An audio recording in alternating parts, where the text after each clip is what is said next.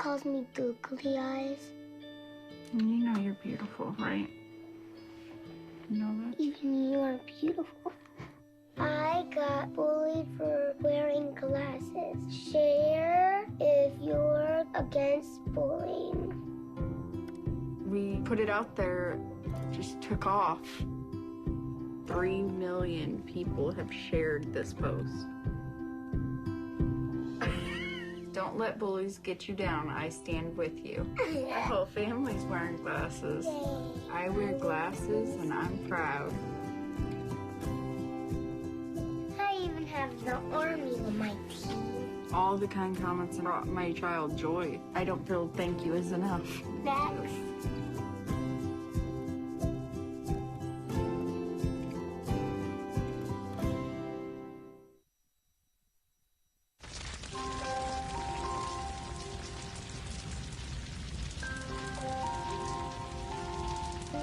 A single ember that escapes from a wildfire can travel more than a mile. That single ember can ignite and destroy your home or even your community. You can't control where the ember will land, only what happens when it does. Get Fire Adapted now at fireadapted.org.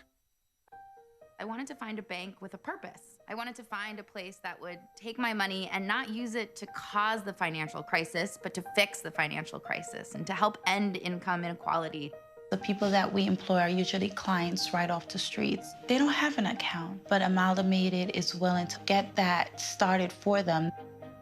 Their reputation supporting the working man, I think, speaks for itself. This is a bank that cares for their customers, and I appreciate that.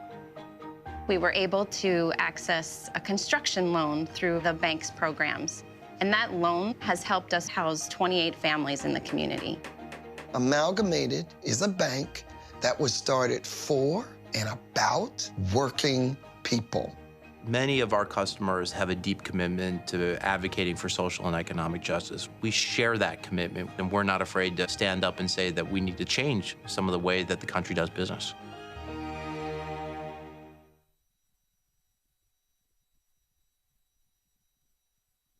I grew up in the housing projects of Cleveland. I didn't even know that life could be any better than it was. Education for me has been a way to get away from the agony of what was normal life. I want to be able to impact the community, not just look back on where I came from, but to reach back to where I came from and pull some people up with me. My name is David, and I am your dividend.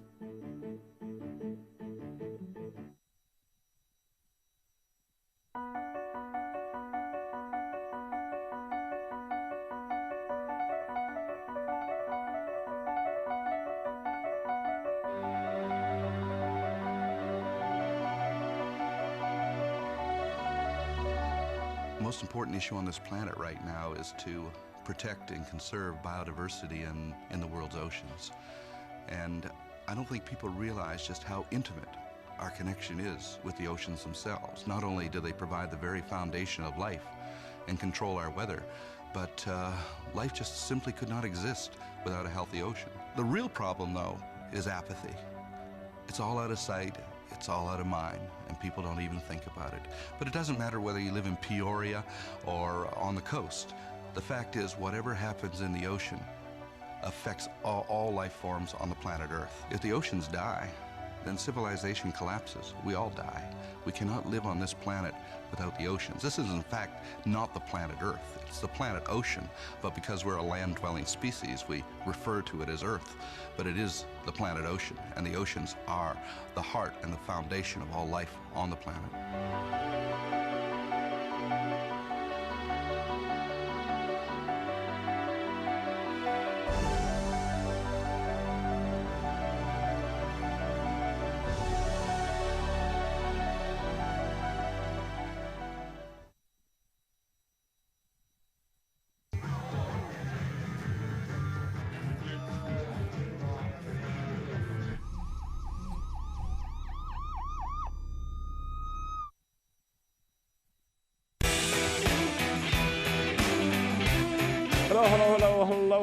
Hello and welcome. Welcome to the Bill Press Show. Here we are on a Thursday, May 19. Good to see you today, and we got lots and lots to talk about here as we come to you live from our nation's capital and our studio in Capitol Hill, booming out to you on Free Speech TV, coast to coast and worldwide on our video stream, youtube.com/Tawker, TAWKR TV. Check it out and stay with us. Big news this morning, of course, the disappearance of an Egypt air flight from Paris to Cairo, missing in the Mediterranean with 66 on board and all feared dead. 66 passengers on board plus the crew, all feared lost. Meanwhile, back here at home, Bernie Sanders saying yesterday, while condemning the violence among some of his supporters out at the Nevada convention over the weekend, Bernie Sanders says he is going to stay in the race. Repeated. He says it every time he talks. He's going to stay in the race all the way through the primary here in District of Columbia on June 14, and then take his message to the convention in Philadelphia and fight for some changes in the way Democrats select their presidential candidate. Hillary Clinton, meanwhile, still trying to wrap it up so she can focus on Donald Trump, and her eyes are all set on California. Donald Trump, meanwhile, giving little sign of the kind of campaign we can expect from him in the general election. Donald Trump last night on Fox News accusing former President Bill Clinton of rape. So it looks like it's going to be another season of name-calling and personal attacks on the part of Donald Trump. But, of course, he can't talk about the issues because he doesn't know anything about them. Stay tuned here for the entire show. Good to have you with us on this Thursday, May 19.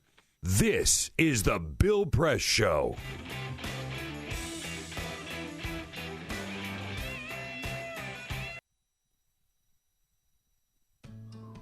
You wouldn't let money just blow out of your house. So when your AC or heater is on, make sure the doors, windows, and fireplace flue are shut tight. If you're headed out, turn down the AC or lower the heat by 10 degrees. And always keep your water heater set at 120. A little bit of common sense goes a long way. Get more great tips at energysaver.gov. So, I'm kind of new here, but I've noticed a trend. My human does this funny thing where she goes around and gets all my toys, and then she hides them in that basket by the door. You know, but it's always the same basket, and it's always in the same place. And then she acts so surprised when I find them, but, you know, she's putting them in the same basket. Again. It's like, hello, that's where you put it last time. You were the worst at hide and go seek.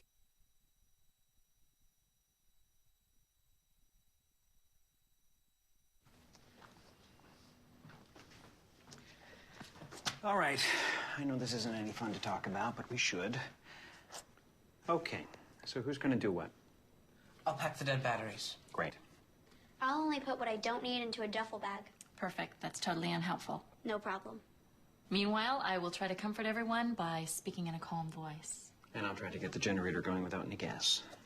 Oh, let's not forget the cell phones, which probably won't work. Right. And who is going to handle supplies? I can forget to do a list for us. Thanks, pal. Well, I think we couldn't be any less prepared. I'm proud of you guys. Talk to your kids about who to call, where to meet, what to pack. Visit ready.gov/kids for tips and information. It's on us to stop sexual assault. To get in the way before it happens. To get a friend home safe. And to not blame the victim. It's on us. To look out for each other. To not look the other way. It's on us to stand up. To step in. To take responsibility. It's on us, all of us, to stop sexual assault. Learn how and take the pledge at itsonus.org.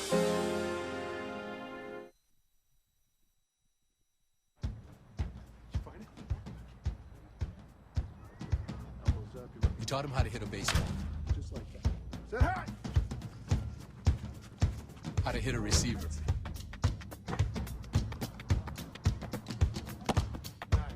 The strike zone. The net. You taught him how to hit the upper corner.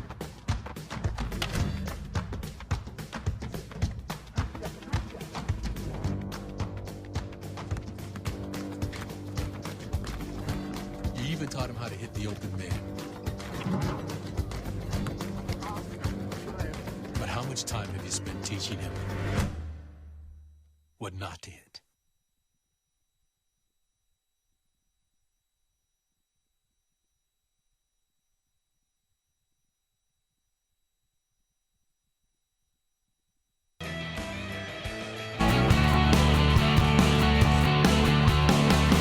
Broadcasting around the nation, on your radio, on your TV, and online. This is The Bill Press Show. Yes, indeed. Bernie Sanders barnstorming California after a big win in Oregon. Hillary Clinton savoring getting back in the winning column with a narrow win in Kentucky. What do you say? Hello, everybody. It is Thursday, May 19. Here we go. And I'm back with all of you. Thanks to John Allen for being here yesterday while I was doing my moonlighting job up on CNN with the primaries. Good to be back with all of you. We still got lots to talk about, lots of, ripples in the pond created by what happened on Tuesday evening in Oregon and Kentucky and moving beyond. So we'll catch up today and get into a whole lot of other stuff like efforts for the Congress on a bipartisan level to do something about the Zika virus. A hearing yesterday in Congress that wasn't a real hearing, but an important chance to hear the good qualifications of Merrick Garland to have us take his seat on the Supreme Court. This President Obama nominating him for that, and more demands or calls on the part of a lot of Clinton supporters for Bernie Sanders to just pack up and get out of the race.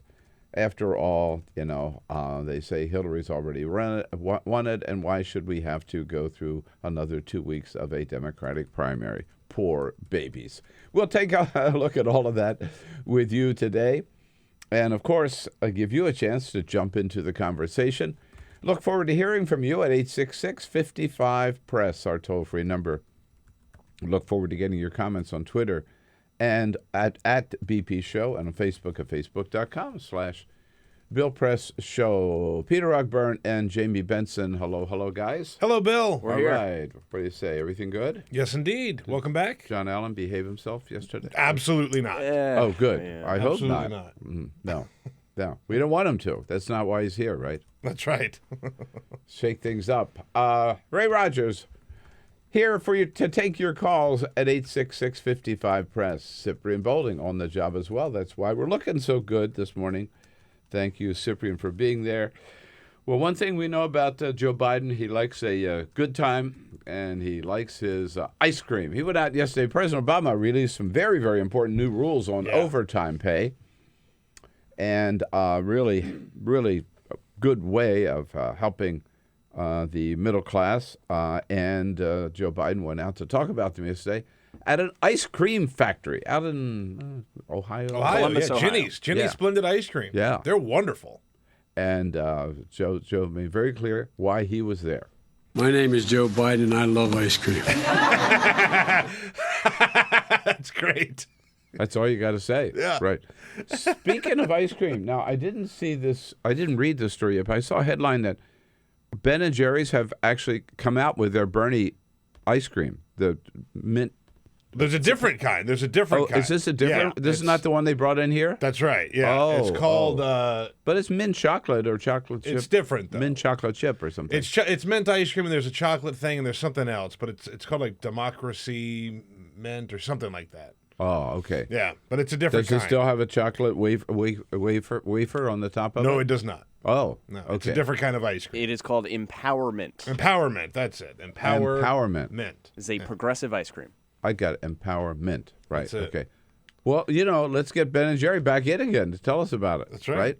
And they can bring us an updated sign because our sign is the batteries run down. So, well, I guess we could put new batteries in it, couldn't we? We could. We probably could, yeah, indeed. On this day, this Thursday, we've got Susan Page from USA Today joining us for her weekly visit, and two great members of Congress, Democratic members of Congress, John Yarmuth from Kentucky and Nita Lowey, two big progressives. Nita Lowey from New York, of course. And yes, what's up with Bernie? But first, this is the Full Court Press. Just a couple of other stories making news. You know Robin Wright, the actress, but you might know her as Claire Underwood from House of Cards. Yeah. Well, while they were filming, or before they started filming this most recent season, she found out that she was getting paid less than her male co-star, Kevin Spacey. Oh, no. It's a story we hear about a lot these days, but she said that he is a bigger star. Don't you think? I think she's just as important to the success of that show. That's what she discovered, right? That's part of the story. Yeah, that's the whole thing. She has she's become a really big part of the show. So her storyline. You just see and hear more about Kevin Spacey because he does. Well, because they're paying him more, and because he's a man. That's the point. Okay. So what she's saying is she demanded to be paid equally. She should be. Yes, and so she went to Netflix and said, "Pay me equally, or I will go and tell the media." And so Netflix said, yeah, you might have a point here. And so they paid her equally. So she told that story recently about how they sort of figured that out and made that happen. She should not have to do that. That's right. That's absolutely right. Yellowstone National Park. Earlier this week, I told you about the father and son that tried to rescue the baby bison, that they ended up killing it.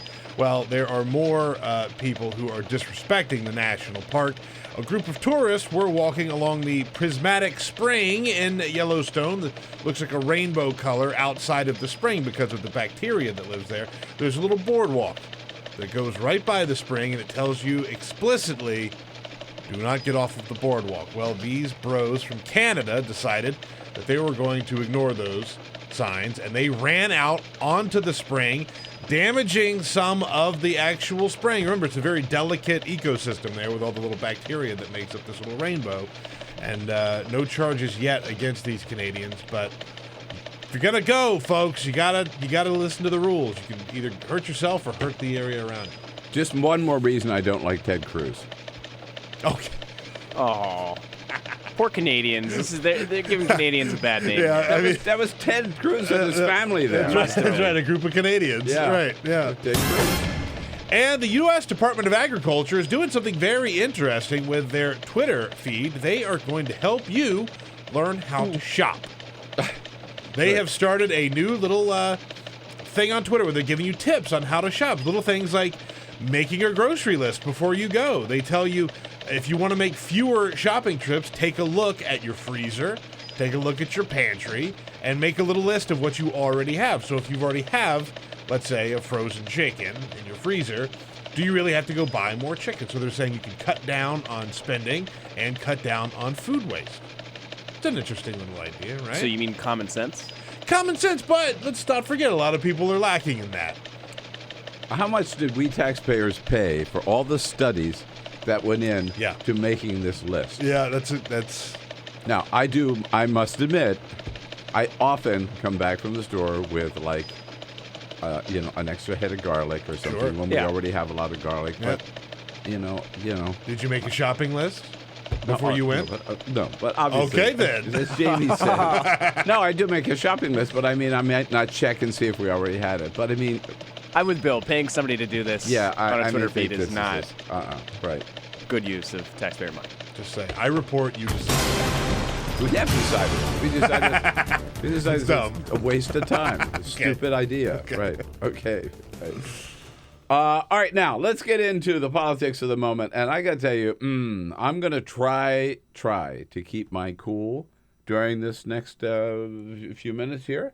And I hope you will help me do that. But I am on a tear this morning after I picked up the New York Times And I debated this aspects of this question Tuesday night on CNN, or no, I should say Wednesday morning from midnight to 2 a.m., and then again at 7 o'clock, 7:30 the next morning, Wednesday morning yesterday, and then again at 11 yesterday on CNN. And basically the question is still coming from not Hillary Clinton, but coming from those around her and those people who speak for her.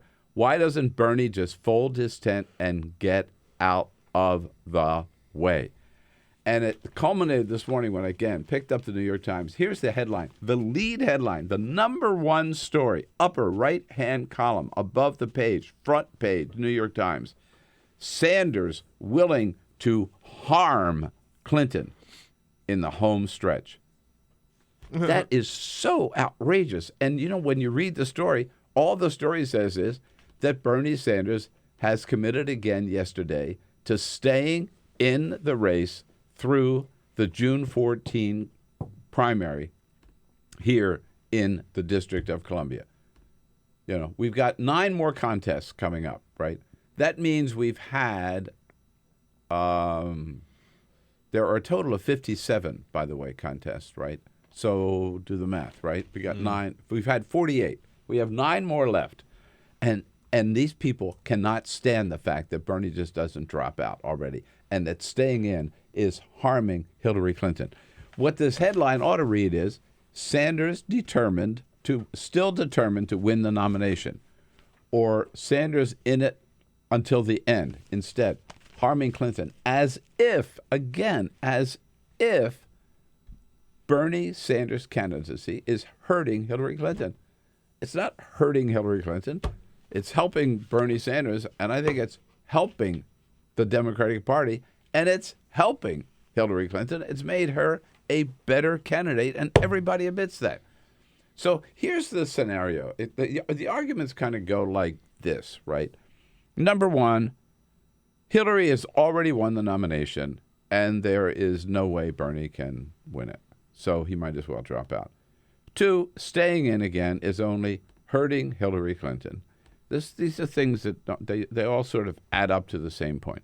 3, what happened in Nevada over the weekend, which was disgusting, deplorable, outrageous, and Bernie has condemned it, and everybody around him has condemned it. These out-of-control supporters of his who disrupted the convention in Nevada, even though, by the way, they did have a point. That convention was rigged against the Sanders people, but they should never have gone where they went with the violence, with the threats, with the phone calls and all of that.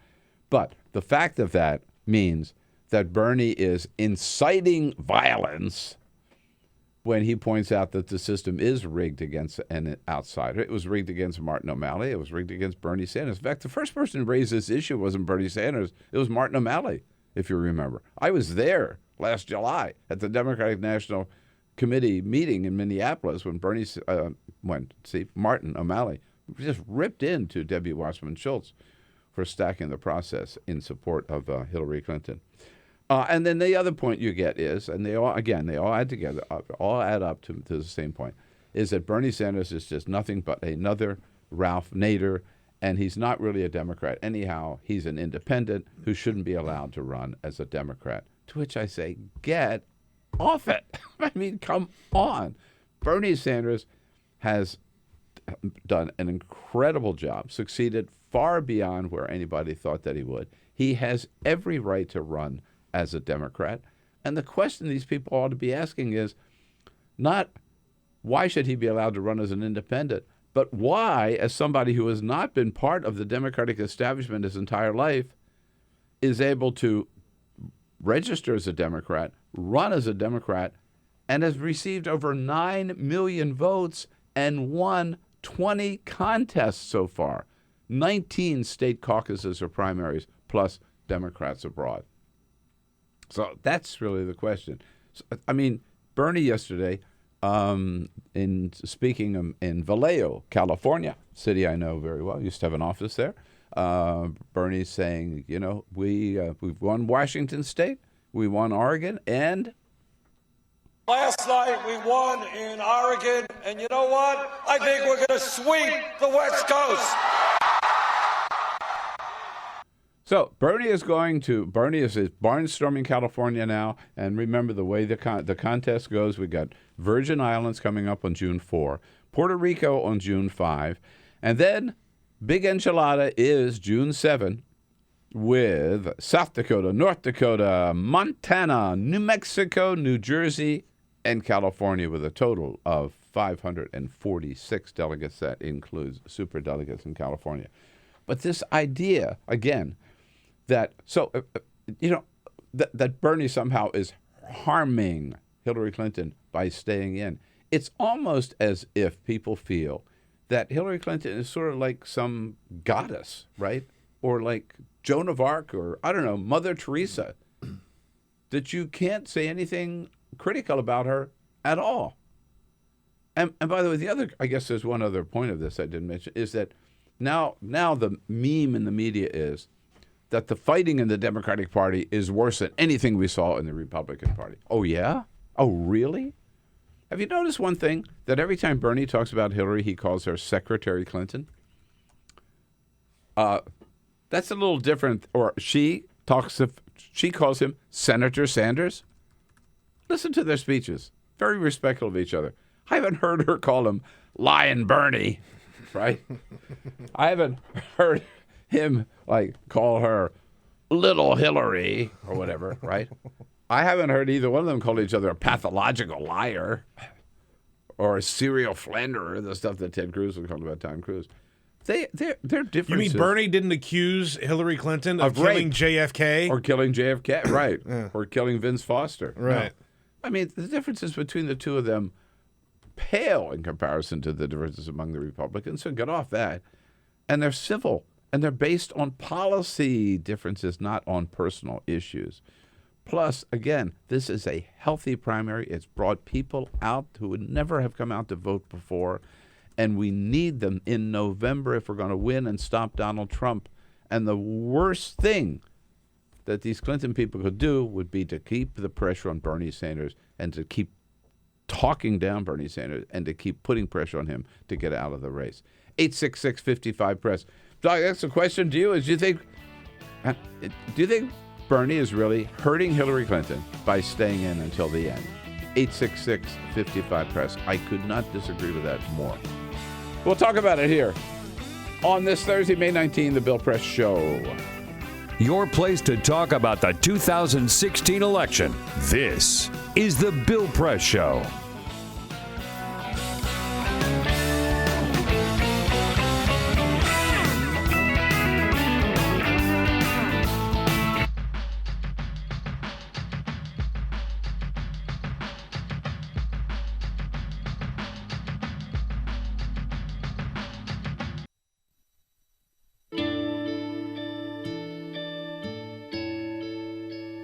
Calls me googly eyes.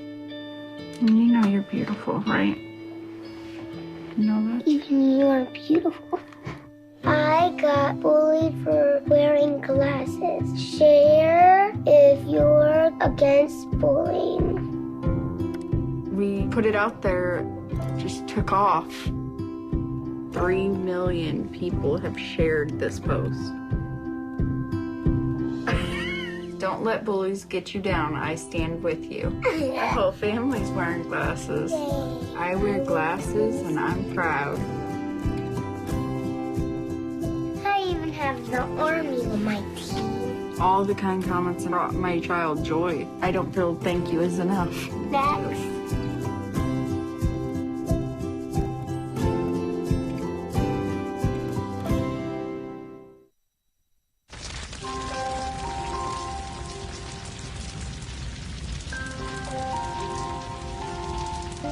A single ember that escapes from a wildfire can travel more than a mile. That single ember can ignite and destroy your home or even your community. You can't control where that ember will land, only what happens when it does. Get Fire Adapted now at fireadapted.org. I grew up in the housing projects of Cleveland. I didn't even know that life could be any better than it was. Education for me has been a way to get away from the agony of what was normal life. I want to be able to impact the community, not just look back on where I came from, but to reach back to where I came from and pull some people up with me. My name is David, and I am your dividend.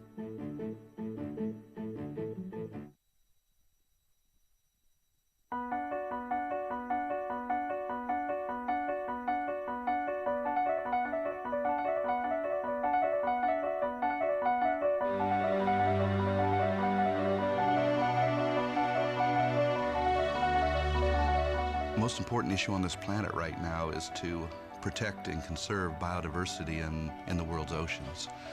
And I don't think people realize just how intimate our connection is with the oceans themselves. Not only do they provide the very foundation of life and control our weather, but life just simply could not exist without a healthy ocean. The real problem, though, is apathy. It's all out of sight. It's all out of mind, and people don't even think about it. But it doesn't matter whether you live in Peoria or on the coast.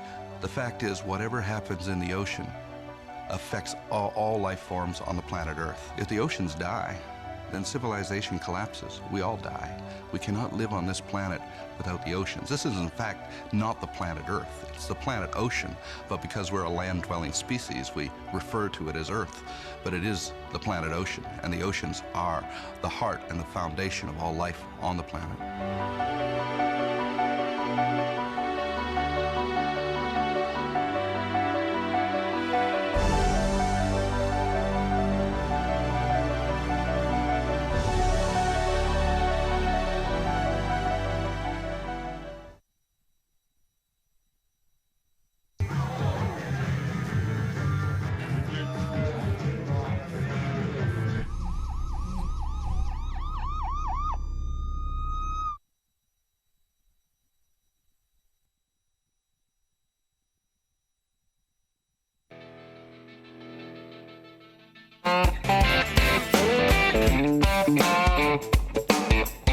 This is the Bill Press Show.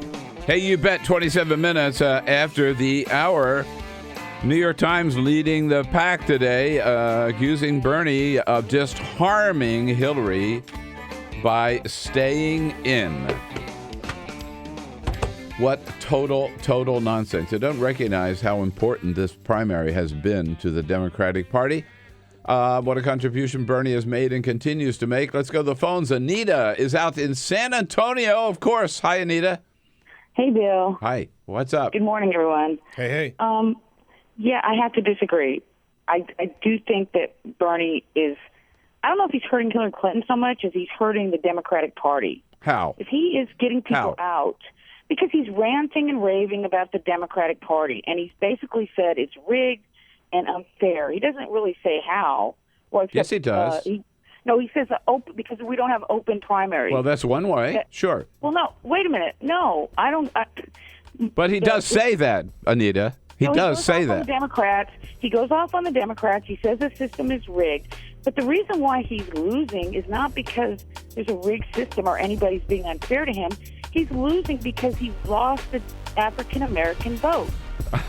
Anita, he's won 20 contests, and Hillary has not won. This is the Bill Press Show.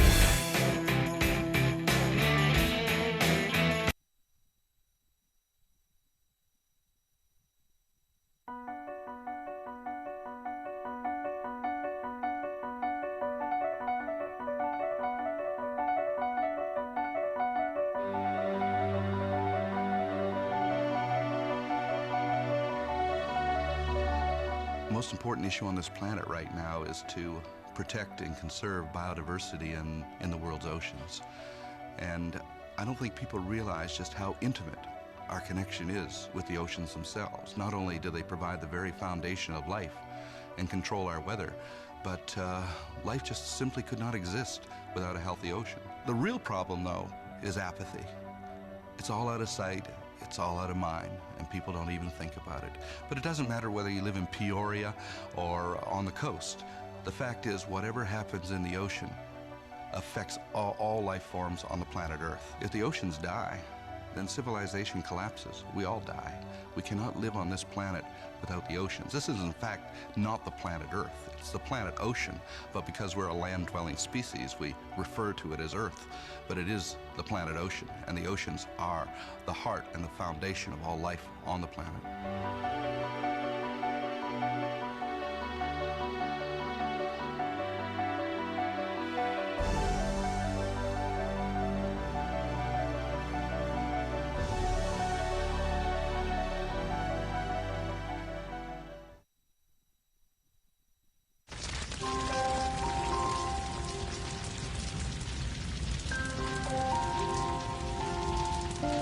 A single ember that escapes from a wildfire can travel more than a mile.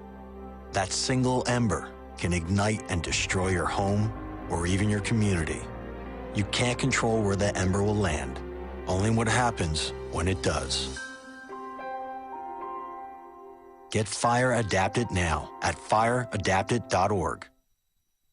Columbine, Virginia Tech, Tucson, Aurora, Fort Hood, Oak Creek, Newtown. Newtown, Newtown. Newtown. How many more?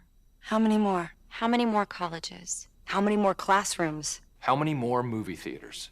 How many more houses of faith? How many more shopping malls? How many more street corners? How many more? How many more? Enough. Enough. Enough. Enough. Demand a plan. Right now. As a mom. As a dad, as a friend, as a husband, As a wife. as an American. As an American. As an American. As a human being. For the children of Sandy Hook. Demand a plan. No more lists of names. It's not too soon. It's too late. Now is the time. Before we all know someone who loved someone on that list. No more lists. No more. Who they might have been. No more. If we had just done something yesterday. It's time. We can do better than this. We can do better than this. It's time. It's time. It's time for our leaders to act. Demand a plan. Right now. Right now. You! Demand it! Enough. Enough. Enough. Enough.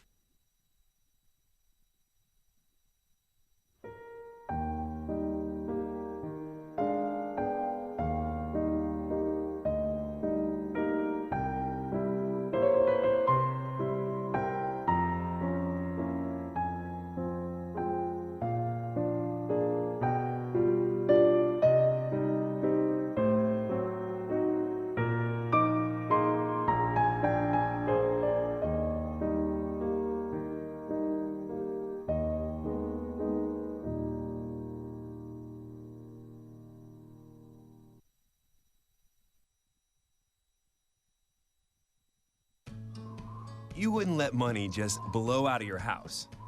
So when your AC or heater is on, make sure the doors, windows, and fireplace flue are shut tight. If you're headed out, turn down the AC or lower the heat by 10 degrees. And always keep your water heater set at 120. A little bit of common sense goes a long way. Get more great tips at energysaver.gov.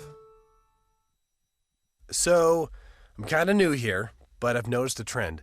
My human does this funny thing where she goes around and gets all my toys, and then she hides them in that basket by the door. You know, but it's always the same basket, and it's always in the same place. And then she acts so surprised when I find them, but, you know, she's putting them in the same basket. Again. It's like, hello? That's where you put it last time. You were the worst at hide and go seek.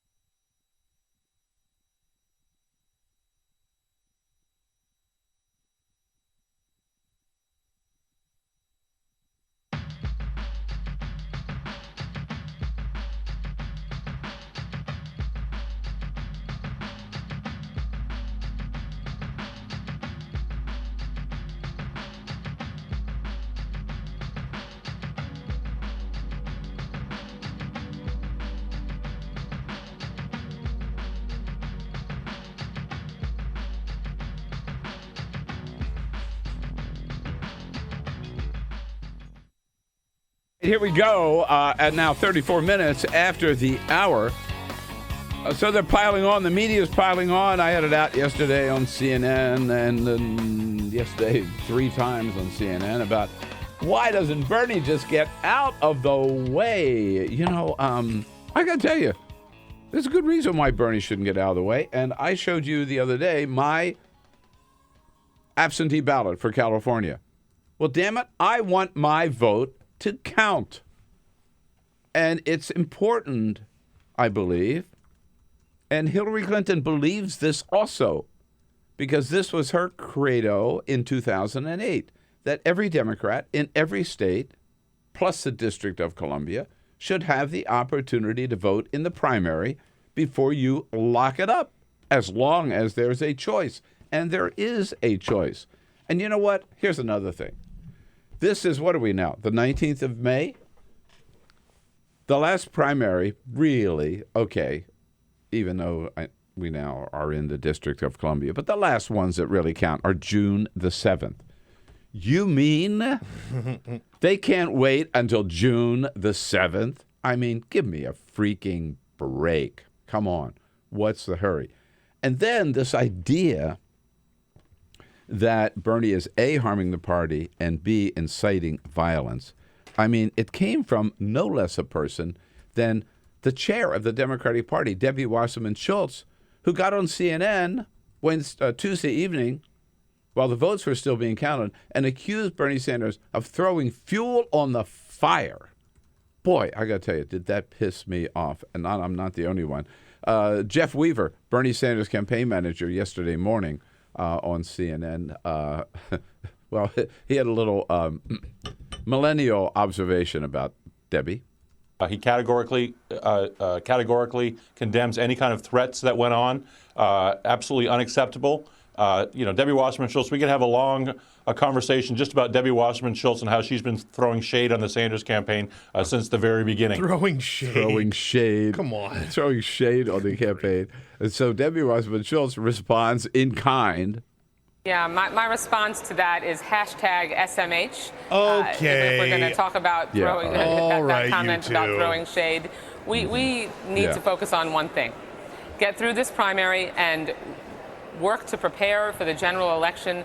Well, I wish she would focus on getting through the primary. Yeah. So yesterday morning on CNN, I was asked about her comments, and I got to tell you, I think from the beginning, Martin O'Malley again was the first one to make this point, that Debbie Wasserman Schultz has rigged this whole process in favor of Hillary Clinton. Look at when she scheduled the debates at the worst possible time for anybody to really watch the Democratic debates.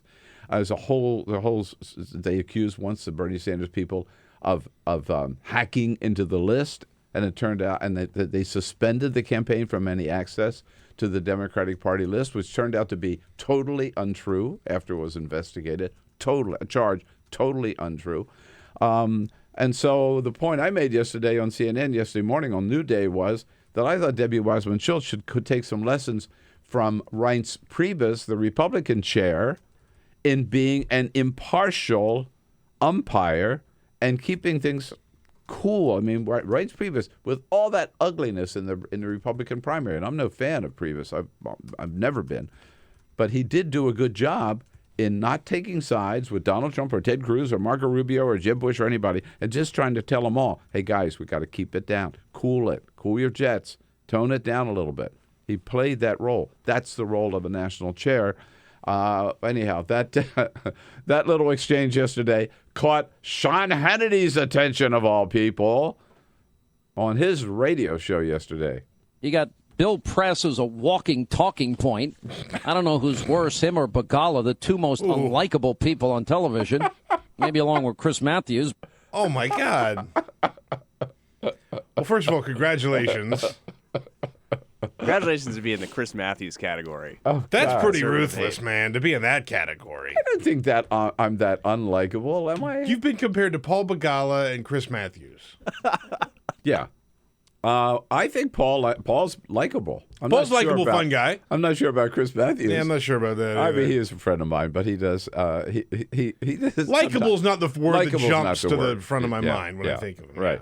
Yeah. But he does a great job. I don't mean to be too hard on him either. I mean, look, But we got Sean Hannity's attention. Wow. And the point I was just making, I just said, I thought Debbie Wasserman Schultz could learn a little bit from Reince Priebus. I didn't go so far as Van Jones did on CNN. By the way, he and I never talked about this, but we both went right to the same point. And Debbie, who should be the umpire, who should be the marriage counselor, is coming in harder for Hillary Clinton than she is for herself. That is malpractice. I wish Reince Priebus was my party chair. He did a better job of handling the Trump situation than I've seen my party chair handle this situation. I'm ashamed to say that. Whoa. Good for you, Van. It's good for you. Yeah, absolutely. So I just say, you know what I tell everybody is just relax. There's 2 more weeks to go, okay? 2 more weeks. Let everybody vote. And then we'll go with the winner, and we'll all unite behind the winner. Come on, meanwhile, get off Bernie's back. This idea, Sanders willing to harm Clinton. No, Sanders wants to win the nomination. What's wrong with that?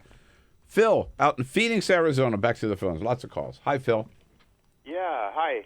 I concur with you that the candidates winning the primaries and going to the convention, getting together at the convention and having a vote, and then sorting things out from there, and keeping the, spirited but still good spirit and good natured is a better plan than one dropping out. I mean, that's what it's all about, isn't it? Right? Yeah, that's it. Get in the spirit, have a good time, have a good talk about things, and there have been some really good, I think, issues that have come out in the Democratic primary. Very substantive. We should be talking about single-payer health care. We should be talking about why the wealthiest country on the planet cannot do what other countries do in terms of providing tuition-free college education for every kid in America. I mean, that's a great goal. It may take us a while to get there, but we should be talking about the minimum wage and all these issues. And we wouldn't be if there were not a Democratic primary. Jane is in Bethlehem, Pennsylvania. Hi, Jane. What do you think? Hi, yeah. Basically, what I think Hillary needs to do if she wants to try to get my vote and a lot of the votes of the other Sanders people. And I think Debbie Wasserman Schultz, her behavior throughout this whole thing has been absolutely despicable, in my opinion. And a lot of the Democratic Party behavior has been pretty horrible in the states and everything with Nevada and New York and all that. And I think she just really needs to denounce all of that and make it clear that this is like the machine working on her behalf, but that she has not condoned any of this behavior and doesn't condone it. And she should do it before the California primary. I used to live in California, and absolutely every vote needs to count there. And by the way, it never has, right? I can't remember. Oh, my God. When we had a primary. That's always all over before you get to California. So this is exciting this year that we really... Right. Yeah. Right. And honestly, she has said some misleading statements about Bernie that I really didn't appreciate. But beyond that, her behavior and his behavior have not been, have been basically good. And they've kept the debate very, educational and interesting. Yes, absolutely. And respectful and all that stuff. And like you were saying, she calls him Senator Sanders. He calls her Secretary Clinton. It's all, all that stuff is terrific and as it actually should be in a civilized society. Right. Thank you. Thanks, Jane. Just want to run along because I want to get Sean in before we take a break. Sean's calling from Chicago. Hi, Sean. What do you say? Yes, hi, Bill. Yeah. Hey. Turn your radio off, Sean, and talk to me. Okay, can you hear me now? Yeah, got it. Oh, yeah. Well, I was just basically having a few comments to make. I think Bernie should definitely stay in, but be more honest about his path to the nomination.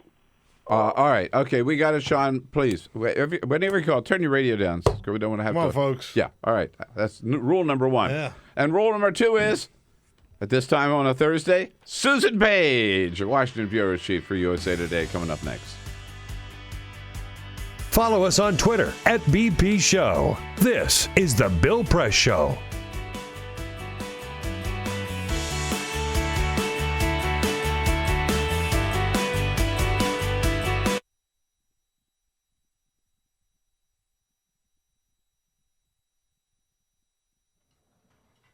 For my 6th birthday, my grandpa gave me a Rubik's Cube. I'll always be able to remember its edges, hold it in my hands, heft the weight of an overwhelming problem. I remember him telling me about it. How Rubik's Cube has 43 quintillion, 252 quadrillion, 3 trillion, 274 billion, 489,856,000 possibilities. He told me it can be really confusing sometimes.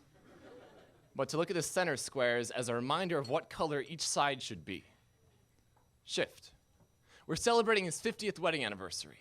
He and Grandma are dancing a dance that only fragile legs and wrinkled hands know how to. That type of happiness took him 70 years to earn. The white side of the cube is solved. Shift. He tells me about how he met Grandma. His college friends had a sunset picnic. She was there, as beautiful as an unsolved puzzle. She was a red-headed scramble on an orange tile sky. Shift. The walls of the hospital are blue. The nurses explain that his memories had become jumbled. Strangers in family portraits, pictures with mismatched faces. Alzheimer's has made his mind into a Rubik's Cube. Shift. He's a highway patrolman. His car is white. No, it's blue. He worked there for 30 years. Some nights he still does. Time is a complicated algorithm. Shift. The pills he holds are yellow and red and green. The weight of their color causes his hand to drop. I try to shift his tiles back into place, but people don't have center squares. His mind is a hospital bed divided by 0. Shift. My sister's wedding is white, but he doesn't know why. Shift. World War II is every color. The South Pacific is blue. The islands are green. There is so much red. Shift. Grandpa, table, cube, name, scramble, California, guitar, grapefruit highway, wedding bell, war, stick shift rifles, South Pacific mirrors. Shift, shift, shift, shift, shift, shift, shift. The temperature of his hands is blue. Death is colorless. I will always remember his edges. Hold him in my hands. Heft the weight of an overwhelming problem. I was unable to attend his funeral. I never found out the algorithm to solve him. A Rubik's Cube has over 43 quintillion possibilities. A casket only has one.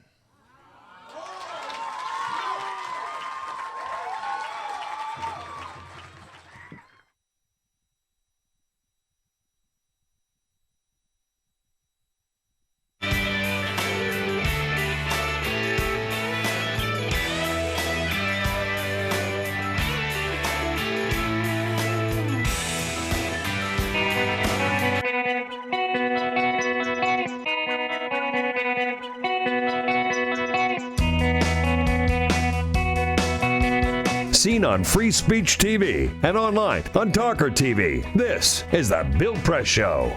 Here we go now at 12 minutes before the top of the hour.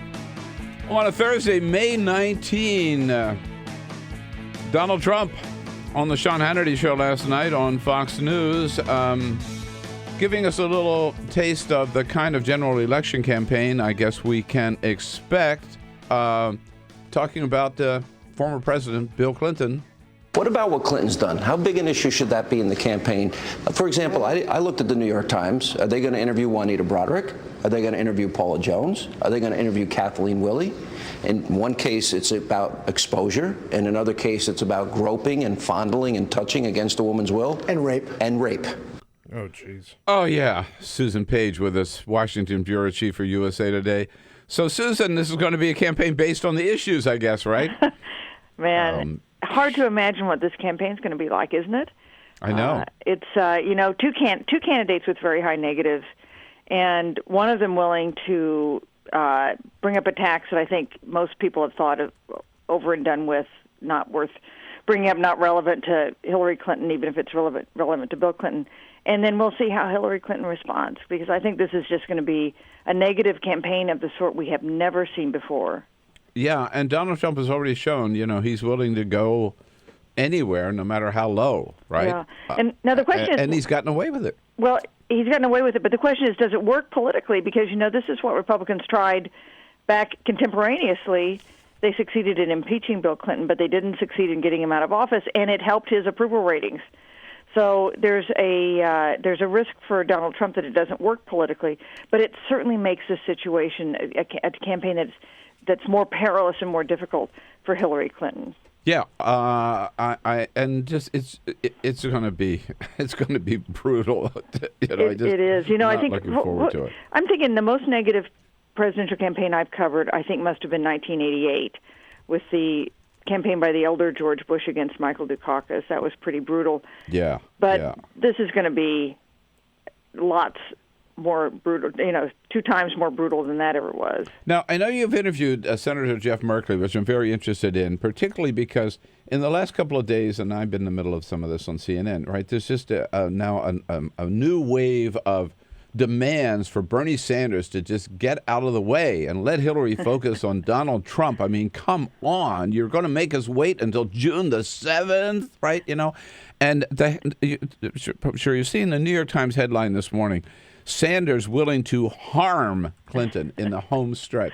So he says, I'm going to go until the end, and the New York Times interprets that he's willing to harm Hillary. Well, here's the difficulty of the argument against Bernie Sanders. It's why won't you get out of the way? You keep winning elections. Exactly, right. He won Oregon this week. He won West Virginia last week. He won Indiana before that.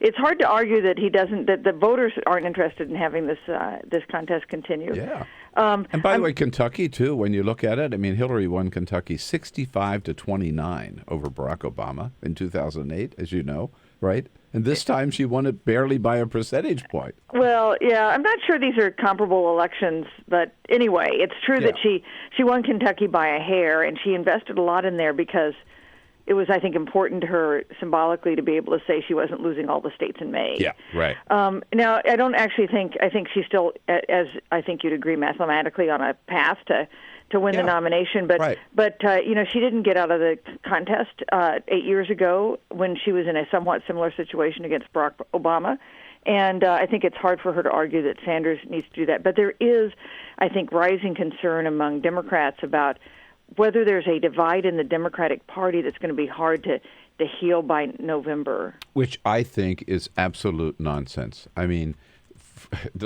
for many reasons. Number one, the differences between Hillary and Bernie are minimal compared to the differences between those Republican candidates, right? Plus, Democrats want to hold on to the White House. They hate Donald Trump, right? They don't hate Hillary and they don't hate Bernie, right? I mean, it will be easy peasy.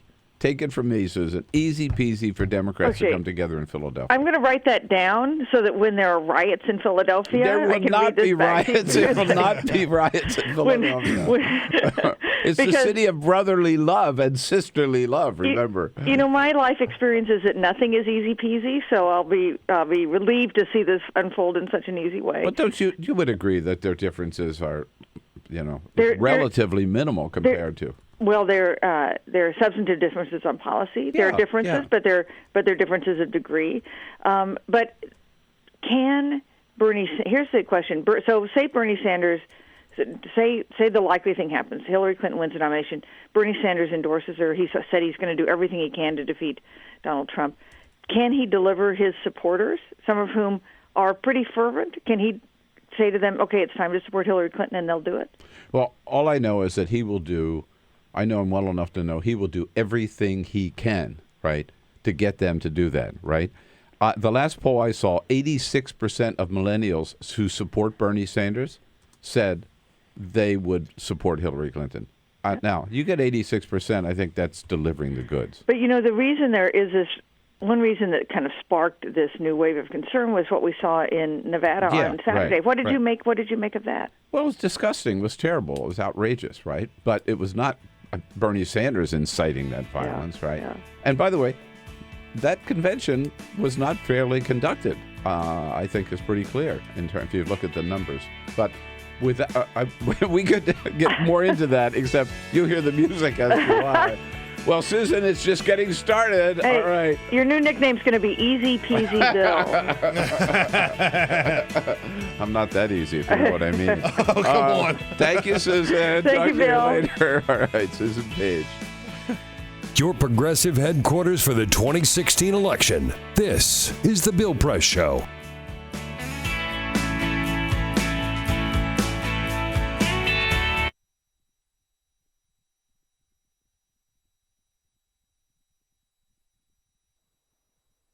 Every day when I was 5, my older sister would play teacher. Her students were me, my stuffed rabbit, and an American Girl doll. She'd line us up at the end of the bed and teach us whatever she'd learned in school that day. Now she teaches ESL at an elementary school in Boston, and every week she tells me stories about her students. Anna does not know how to read in Spanish, much less English, but she still wants to be a writer when she grows up. Juan chooses to stay inside and study at recess so that one day he'll be able to teach his own brother. These kids are good organs in a sick body. In 2001, No Child Left Behind gutted bilingual education. Students who have been in the country for 1 year are now expected to perform at grade level on standardized English tests. My sister is not allowed to instruct them in Spanish. If the kids don't jump high enough, the school loses money. Improving a school by picking its pockets is like tuning a guitar by ripping off the strings. Learning to read in a new language before you can even read in your own is like learning to walk while a pit bull is chasing you, like learning to sing with the conductor's fist down your throat. This year for my sister's birthday, I got books for her students. A poem on one page in Spanish, the next in English. She is not allowed to help them read the first. Their heritage is a banned book. Learning to read in a new language when you can't even read in your own is like trying to heal a burn victim by drowning them. We are telling these children who have spent their whole lives in the deep end that they'll learn how to swim if they just float out a little farther. In the 1980s, American slaughterhouses began building corrals in curves so no animals could see the blood at the end of the tracks. This is how we kept them moving forward. In 2001, we began building the hallways of our schools in curves. This is how we keep them moving forward. You never learn, you fail the test. You never learn, you fail the test. You never learn, you drop out. I know. I am lucky enough to be one of the winners of this game. I was handed a head start and a rule book in my own tongue, but the winners of a rigged game should not get to write the rules.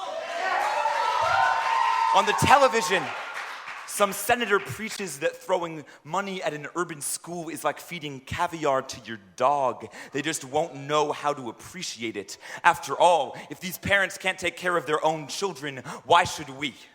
Well, tell that to Anna, who has my sister translate newsletters aloud to her father because he too was never taught how to read. Tell that to Juan, whose mother and baby brother are still in Guatemala, whose father works 3 jobs. My sister tells me school is the most stable place in these kids' lives. She has been a teacher since she was smaller than they are. But since when does being a teacher mean having to swear not to help? Since when does being a teacher mean having your hands tied while the schoolhouse burns to the ground? We are leading these children along a track built in circles as their lungs fill with smoke, telling them it is their fault. They can't find a way out. Dylan Garrity from Slam MN. At the top of the next hour. Duck Dynasty is getting involved in the 2016 race yet again. Phil Robertson, maybe the most offensive of the Duck Dynasty clan, had supported Ted Cruz, but he had come out and said he's going to support Donald Trump. In fact, he said he would like to volunteer his services to be Donald Trump's, quote, spiritual advisor. Was he on Donald Trump's Supreme Court list? No. No. Oh, God, I would say so far away from that guy. So far away. Bad idea. This is the Bill Press Show.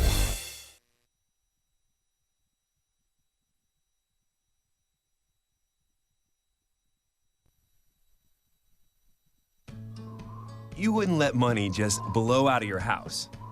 So when your AC or heater is on, make sure the doors, windows, and fireplace flue are shut tight. If you're headed out, turn down the AC or lower the heat by 10 degrees. And always keep your water heater set at 120. A little bit of common sense goes a long way. Get more great tips at energysaver.gov. So, I'm kind of new here, but I've noticed a trend. My human does this funny thing where she goes around and gets all my toys, and then she hides them in that basket by the door. You know, but it's always the same basket, and it's always in the same place. And then she acts so surprised when I find them, but, you know, she's putting them in the same basket. Again. It's like, hello, that's where you put it last time. You were the worst at hide and go seek.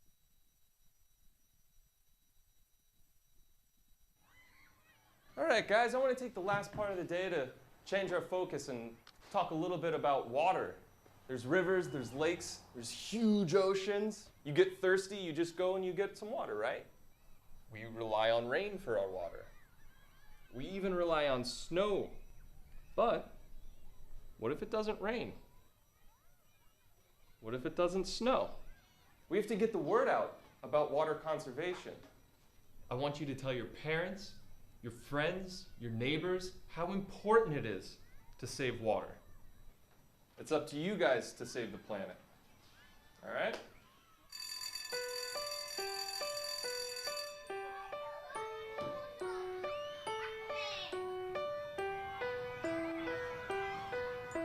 What if it doesn't rain?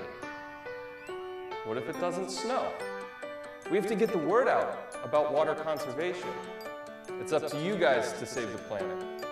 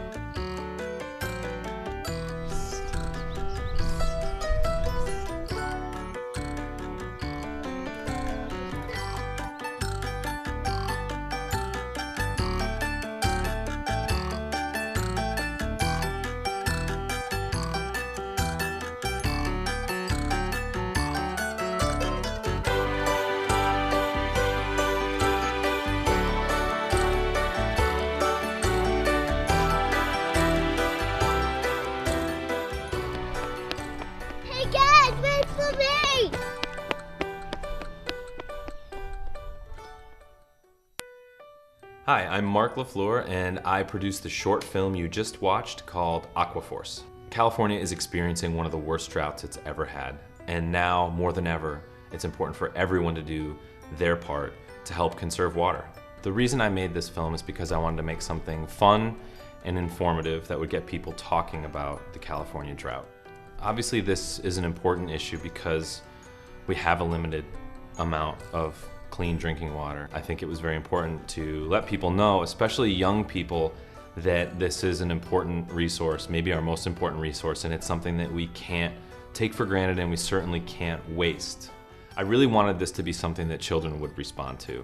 The kind of thing that any kid anywhere in the world, no matter what language they speak, could understand the story and be entertained by it and leave it knowing that this is something important, that if they didn't already know about this, that it's now going to be a part of the way that they think about water, the way that they live life, and that it's something that they'll share with their friends. The fact that they watch this video once or twice and they immediately understand that water is important, that's it. That was the whole point of this thing, to get it into the conversation, to make it something that kids are thinking about, talking about, that they're aware of, and that they know is important.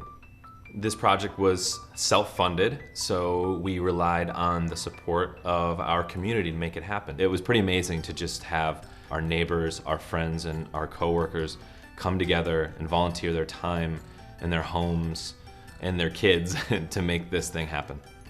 Thanks for checking out the video. Keep the Aquaforce going, and thanks for watching Free Speech TV. Broadcasting around the nation, on your radio, on your TV, and online. This is The Bill Press Show. Bernie Sanders vowing to go all the way after his big win in Oregon, all the way through June 14, and then on to Philadelphia. Hillary Clinton, proud of her one win in May in the state of Kentucky on Tuesday. Continuing to talk about where we go from here on the Bill Press Show. Good to see you today. Thank you for joining us as we boom out to you coast to coast on the radio and on television. We're here on Capitol Hill in Washington, D.C., but we're right there alongside of you on the radio, on your local progressive talk radio station. We're right there with you on the two great radio apps, TuneIn or iHeartRadio, both of them free. And that way you can download them and you can take us with you on the radio wherever you happen to go. And look at us on television on Free Speech TV and on our worldwide video stream, Talker, youtube.com/TawkrTV.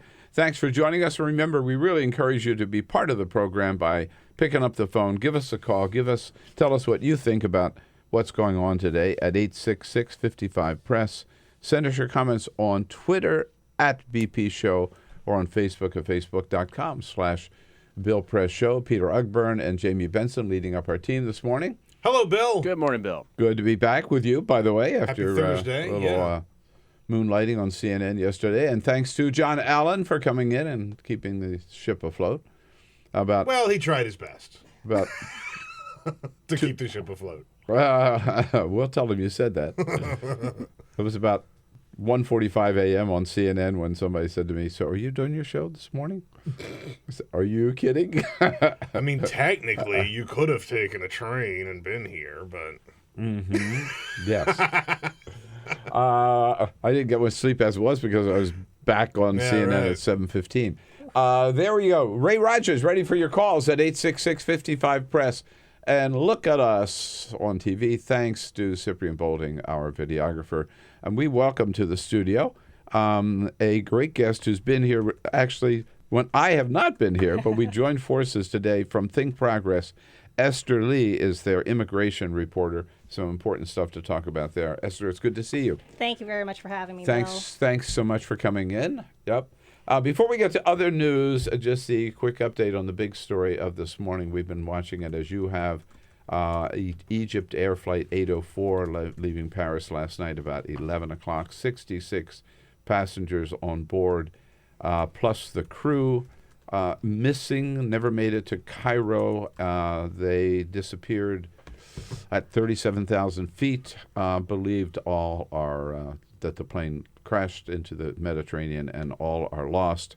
The very latest word is that Greece air traffic controllers report that the plane was went through some sudden swerves at the very last contact they had with it. So, and Donald Trump has already called this another act of terrorism.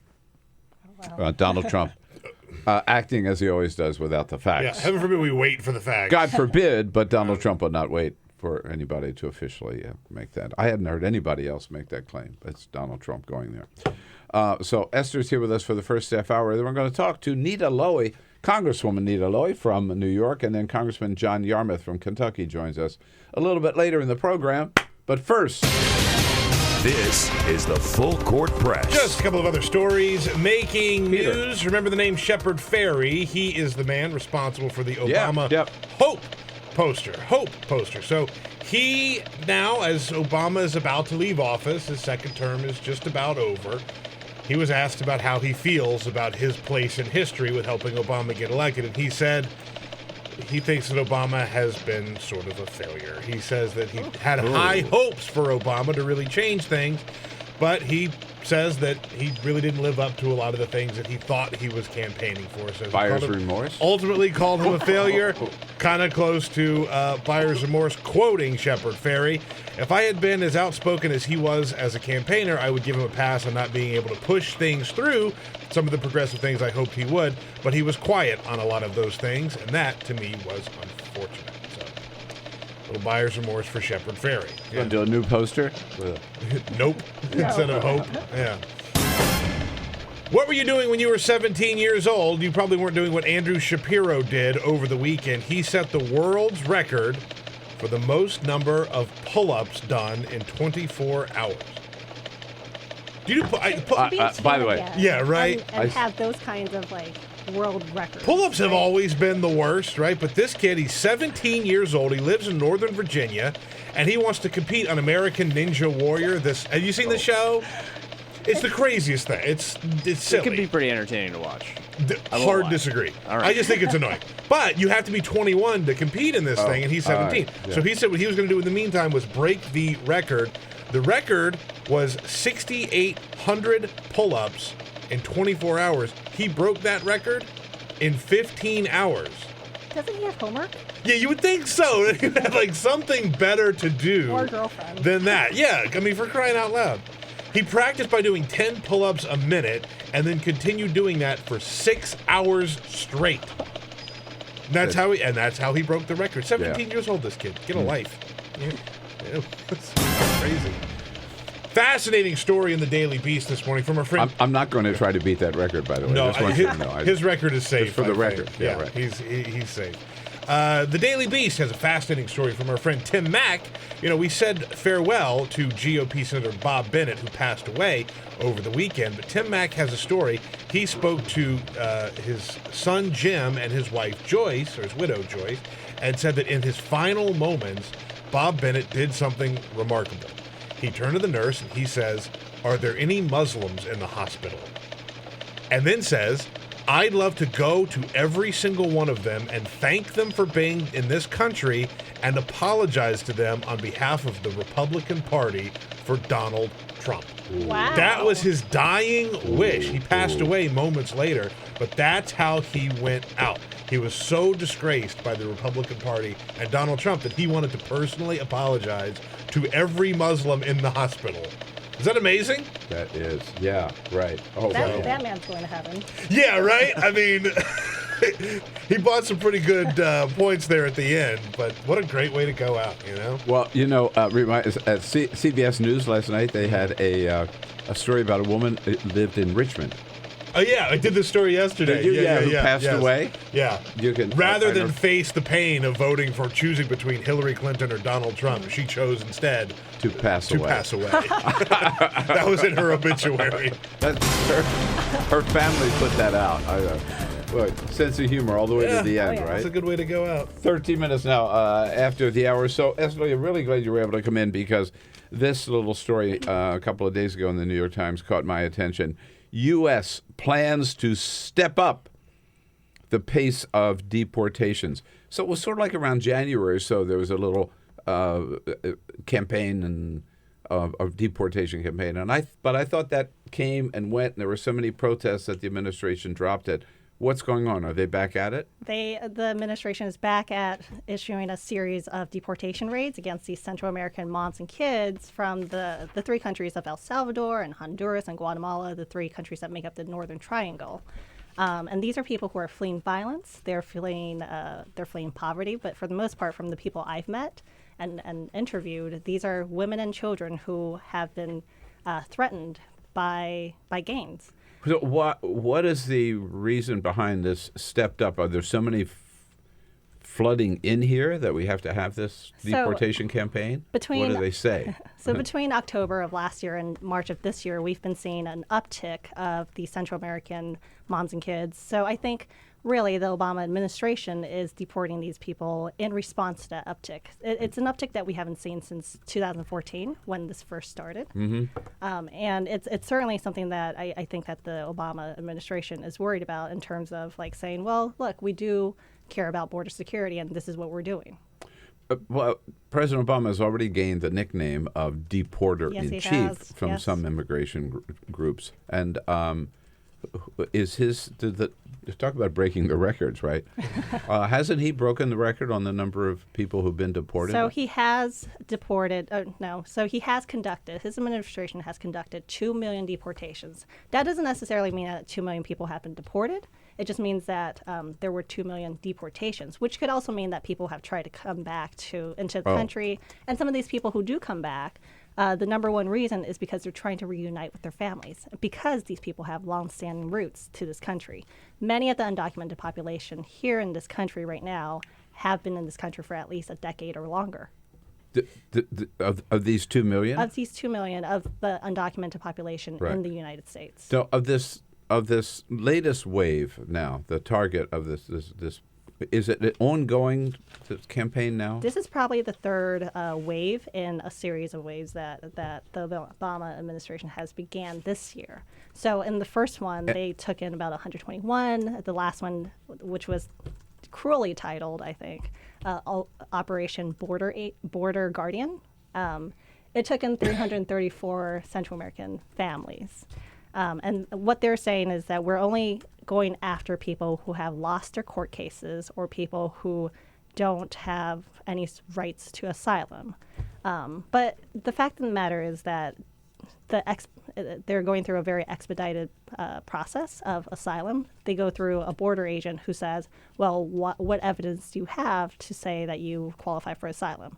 And, because there are so many parents and so many children coming in, it's hard to look through each case individually, even though we should give them that process. Right.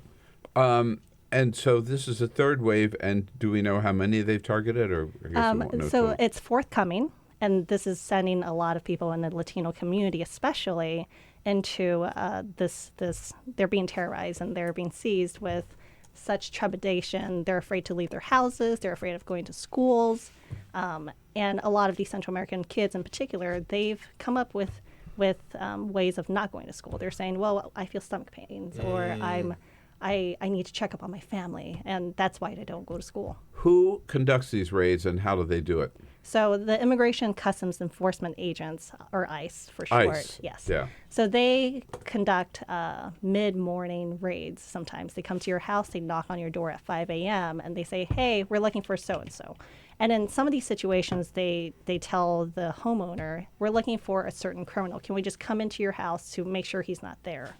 And that's how they gain entry. It's a lot by force. It's a lot by lying sometimes. But they do gain entry eventually, and then they take in the people who are there. And that's legal? I mean, I know that there are certain... Don't they have to have a search warrant? Right, I mean, there are certain things that prohibit people from just coming into your house and looking, but I mean, is this in this particular situation? I can't necessarily comment about the legal issue, but it's certainly gray. It's certainly a very morally gray and legally gray area because you are coming in on a different pretense. Yeah.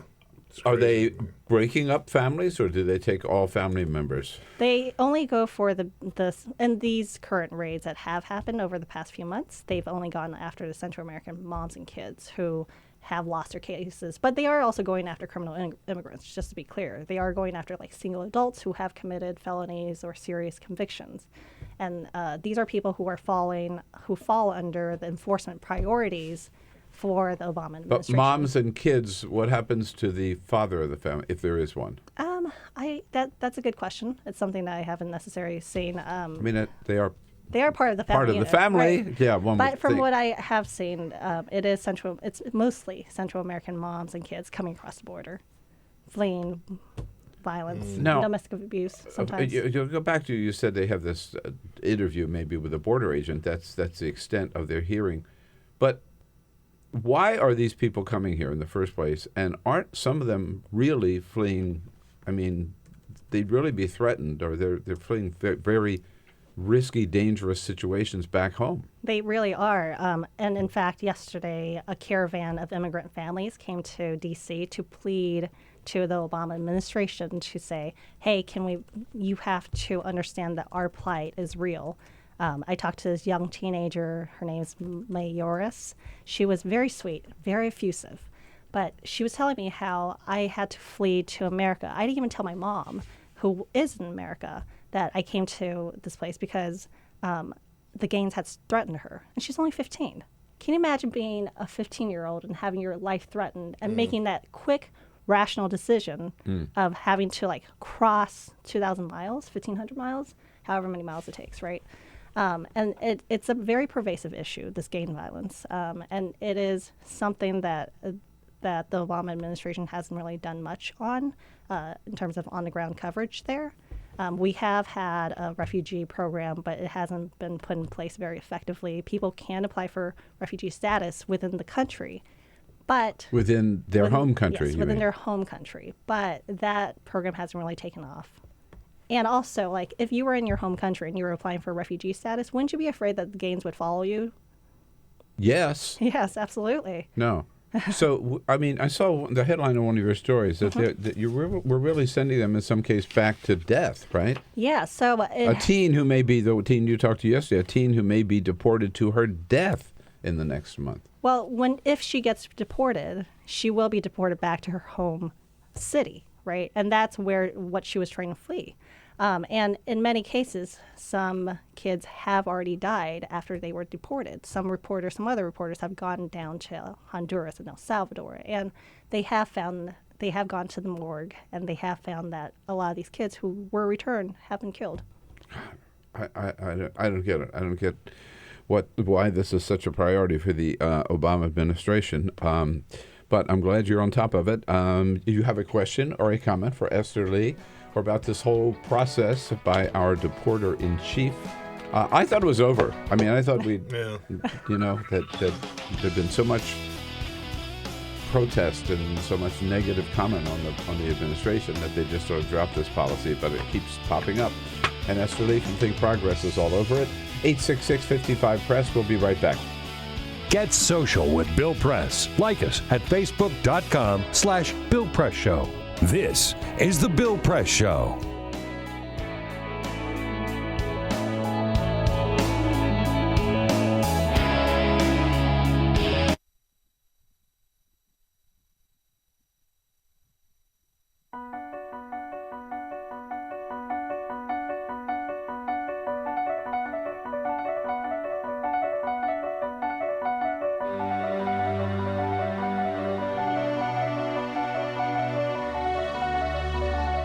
The most important issue on this planet right now is to protect and conserve biodiversity in the world's oceans.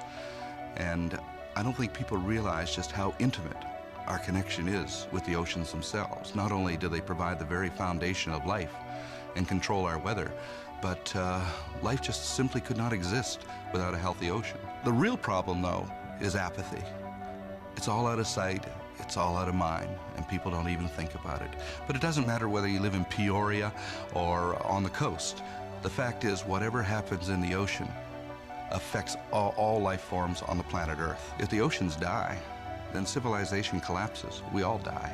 We cannot live on this planet without the oceans. This is, in fact, not the planet Earth. It's the planet ocean, but because we're a land-dwelling species, we refer to it as Earth. But it is the planet ocean, and the oceans are the heart and the foundation of all life on the planet.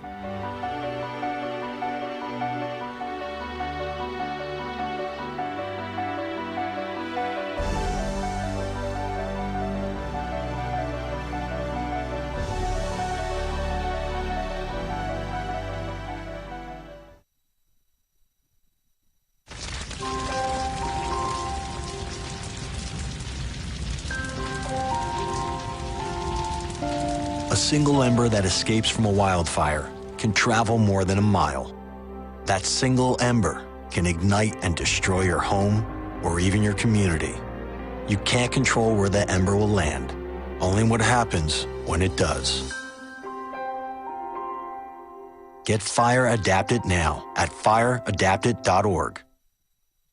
Columbine, Virginia Tech, Tucson, Aurora, Fort Hood, Oak Creek, Newtown. Newtown. How many more? How many more? How many more colleges? How many more classrooms? How many more movie theaters? How many more houses of faith? How many more shopping malls? How many more street corners? How many more? How many more? Enough. Enough. Enough. Enough. Demand a plan. Right now. As a mom. As a dad, as a friend, as a husband, As a wife. as an American. As an American. As an American. As a human being. For the children of Sandy Hook. Demand a plan. No more lists of names. It's not too soon. It's too late. Now is the time. Before we all know someone who loved someone on that list. No more lists. No more. Who they might have been. No more. If we had just done something yesterday. It's time. We can do better than this. We can do better than this. It's time. It's time. It's time for our leaders to act. Demand a plan. Right now. Right now. You!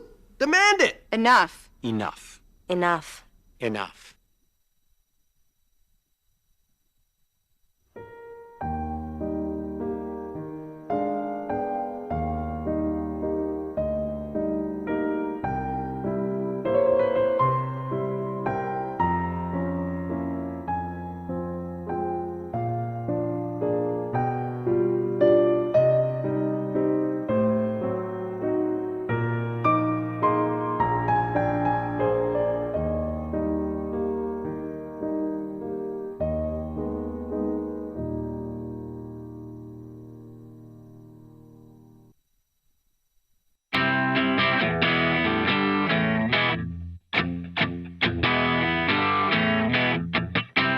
This is the Bill Press Show. Here we are at 27 minutes after the hour. Here with Esther Lee from Think Progress, immigration reporter, talking about the new deportation efforts on the part of the Obama administration. You also have a positive story about the immigration issue in California.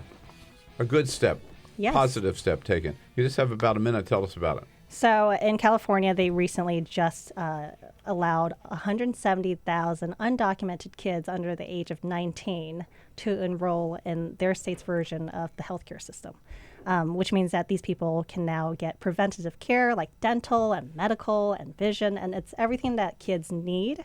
And a lot of these kids previously weren't covered because their parents couldn't afford it, or they just were too afraid to take their kids to the doctor. Well, you know, one of the complaints, criticisms of Obamacare in the beginning was that people who were here illegally would be able to get free health care. So it sounds like that's right. Here's the thing. Undocumented immigrants in general pay a lot in taxes, and they do help keep a lot of these social services afloat with their tax dollars.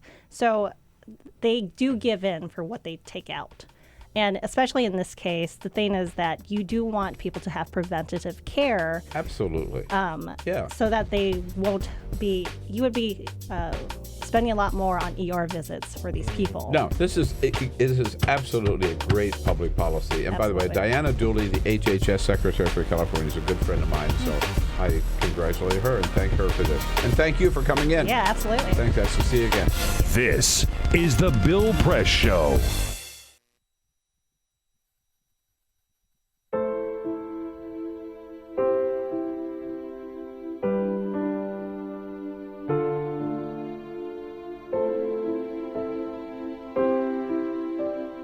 I have run these canyons for 6 million years.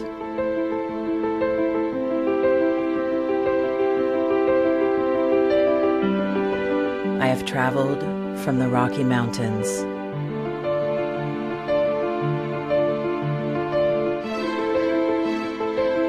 to the deserts, through scorching heat and freezing cold, from the land of the dinosaurs to fields of food.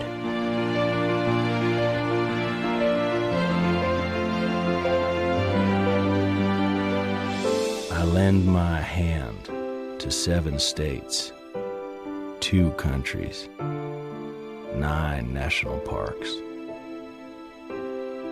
and 36 million people across an arid West.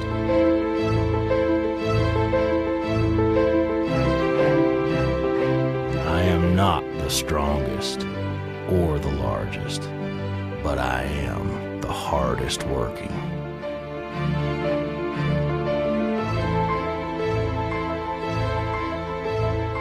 People love me. My playfulness, My beauty. my power.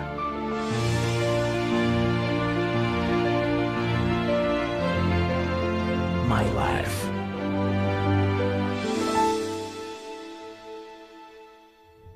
But I don't think I can offer any more. I am tired. I am tired, tapped, and tied. Of the hundreds of major rivers in the world, I am one of the few who no longer kisses the sea. Battles to harness my soul have been won and lost. Use me wisely, and I will sustain you. Use me like you have, and I will break. My name is Red. The Grand River Red. The American Nile. The Canyon Maker. I am the Colorado River. And I am the most endangered river in America.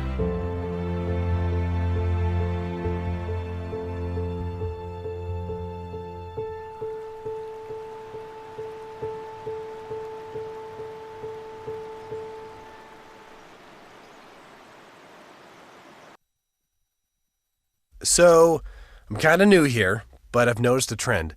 My human does this funny thing where she goes around and gets all my toys, and then she hides them in that basket by the door.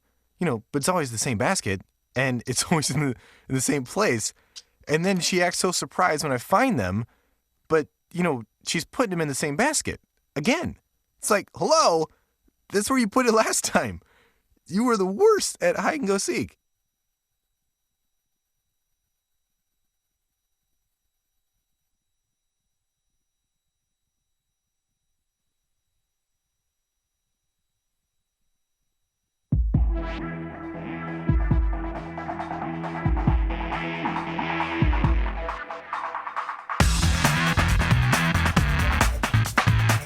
Streaming live video right now at youtube.com/TawkrTV. That's TAWKR-TV.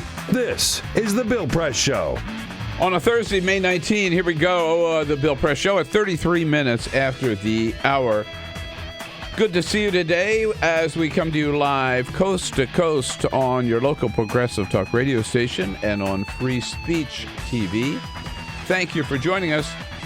We're here in our nation's capital and our studio on Capitol Hill, where we're brought to you today by the American Federation of Teachers, the great men and women of the AFT, Teachers of America, making a difference in the classrooms every day for every little boy and girl in this country. Under the leadership of President Randy Weingarten, we salute them for their great work, doing the Lord's work in the classroom, and for their support of the program.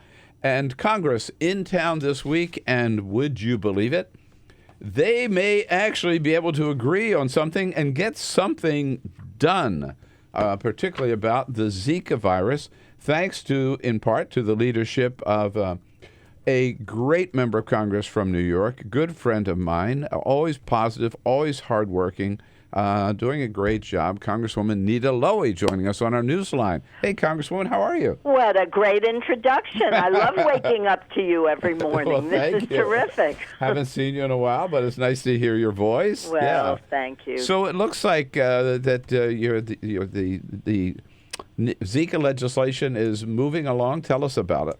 Well, as you know, the Senate passed the bill for $1.1 billion. Mm-hmm. The president requested $1.9. And you know what? It's important to say at the beginning, the fact that there are monies, we call them unobligated, doesn't mean extra. It just means it hasn't been spent yet. So when the president requested 1.9, and I've requested 1.9, working with my colleagues Rosa DeLauro and Debbie Wasserman Schultz, we weren't just pulling this number out of the ether. Unfortunately, the Republicans didn't agree with us. Their bill passed last night, and when we conferenced with the Senate, 1.1 compared to a little over $600 million. It sounds like a lot of money, but I want to repeat again, it's not extra. Yeah. In talking to Dr. Frieden, in talking to the NIH, Dr. Fauci, they have laid out specifically what we need it for. I mean, research, vaccines, diagnostics, help for Puerto Rico. And by the way, that is the epicenter, as you know, of the Zika outbreak. It's just terrible over there. They're losing people, they're losing businesses, are all leaving Puerto Rico. And if you're going to really put in place mosquito control efforts to present the species of mosquito carrying the Zika virus, if you're going to focus on what do you do for pregnant women and their babies, all this I have put with my colleagues in our bill, but the Republicans didn't seem to think all that money was necessary. So they've actually come up with only, I mean, again, it's a lot of money, but still. Only. We shouldn't say only, right? But $600 million? Exactly. Compared to $1.1 million for the Senate, which was a bipartisan bill. Of course, it wouldn't have passed otherwise, correct? And 1.9 with all the details that the president requested. Yeah, boy, even facing a crisis like this, they can't bring themselves to do the right thing. Well, what's sad is this really is an emergency in every sense of the word. The virus is spreading, and we need to develop the vaccines. We need to really figure out how to deal with it. And I am just hoping that following this, we can get serious and appropriate more money because it is so essential. What, Congresswoman, would you anticipate out of a conference committee if you start out between $600 million and $1.1 billion? I mean, the most you would get is 1.1, but you won't get that, I guess, right? Well, I think the Senate's going to hold, but you know, you never know. You never know. Right. And there are even then we're short. Right. And you know, there are members from Florida that not too many, 4, voted with us because they know that although the epicenter is Puerto Rico, it's spreading fast in the Gulf states, Florida, Texas, and people are really worried about it, and it will interfere with business, jobs, economic development. So the real sad thing is the Congress hadn't treated this crisis with the urgency that it really demands. It's taken over 3 months for us to even get to this point since the president requested the 1.9. And we're talking about this summer, aren't we? Exactly. And we are really very concerned. The mosquito seems to be just replicating all over the place. And we know that dengue, Guillain-Barré, there are other serious illnesses that go along with it. But right now, it's the Zika virus that has already infected over 1,200 people in the U.S. states and territories. And when you see the pictures of what it causes, microcephaly, in infants and other neurological disorders. This is an emergency in every sense of the word. The virus clearly is spreading. What is the NIH, what are they telling you about the extent of the threat in the continental United States? You know, how widespread and how soon could we see it? Well, the reason it's so important to clean up puddles of water and places where mosquitoes seem to gather this is where it begins, and they are very concerned about Florida. They're very concerned about all the Gulf states, because this is where you really have to put in place tough control of the mosquito populations. And you have to educate the public. And you have to make sure that people in the United States and territories get the care that they need. Mm-hmm. But again, the Congress, the Republicans, haven't treated this as an emergency, which it demands. Do people, I'm just curious, you know, when I was growing up, they used to spray for mosquitoes, actually. I mean, I remember these little planes buzzing over, and God knows what they were dropping. But is spraying still an option? Of course. It is, really, it's still out there. Mm-hmm. And there are a whole range of mosquito control efforts. What they are recommending as a first line of defense is cleaning up the puddles of water where the mosquitoes gather, because it's a specific species of mosquito that carries the Zika. And if you have pregnant women, or, by the way, it stays in the semen, they believe, for about 18 months. So men have to worry about that, too, even if their partner is not pregnant now. So it's educating the public, cleaning things up, doing the research, getting a vaccine. We have a lot of work to do, and we're 3 months behind. But hopefully now the Senate and the House can get together quickly and come up with a number. Maybe I'm too optimistic, thinking we're going to end up at 1.1, but I keep thinking we started at 1.9, and that's really what the leader in the Senate, Harry Reid, requested. Mm-hmm. So the 1.1 was a compromise, and we'll just have to see where things go from now. I keep coming back to what you've mentioned a couple of times, Congresswoman Nita Lowey from New York, our guest here, representing New York's 17th Congressional District. That's right. I've gone from 20 to 19th to 18th, now it's 17th. Reapportionment. Oh, boy, yeah. So, but you've mentioned cleaning up these puddles of water where mosquitoes get, and I saw Anthony Fauci, I think it was him on television, was talking about the same thing. But when you think about it, you think of any community, right? And particularly in rural areas, how many puddles of water there are where mosquitoes could gather. This is an enforcement problem that's almost like impossible, really. And, well, I always am an optimist. So I think with sufficient public education, making people aware of where they congregate, if they see some pictures with these little babies with microcephaly, and the estimate that they give us to take care of them adequately as they age would cost about $10 million. That's a lot of money, doesn't it? So maybe people would just go out on their own to their backyard, whatever, and look for whatever. Oh, for sure. Yeah.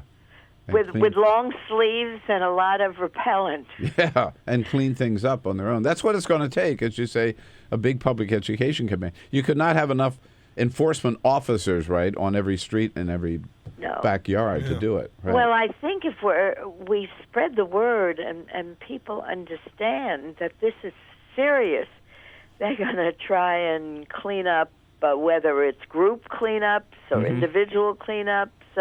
This is really an emergency, and the virus is spreading. Well, thank you for being so far out in front on this issue, Congresswoman. Keep up the fight, and let's get that number up as high as we can in the conference committee. It wouldn't happen without your leadership, and also Rosa Lolaro and Debbie Wasserman Schultz. Give them some credit, too. So. Absolutely. We were a team, and I thank you so much, and I miss you. Good to talk to you again. All right. Okay, bye. Thanks, Congresswoman. Talk to you soon. Yeah. I mean, this you would think on this one issue, if none other, right, the Republicans could say, okay, let's get on board here and do the right thing, right? Instead, they got a nickel and dime it.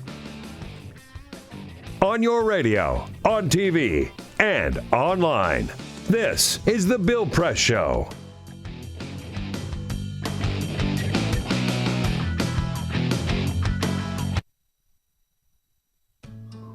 You wouldn't let money just blow out of your house.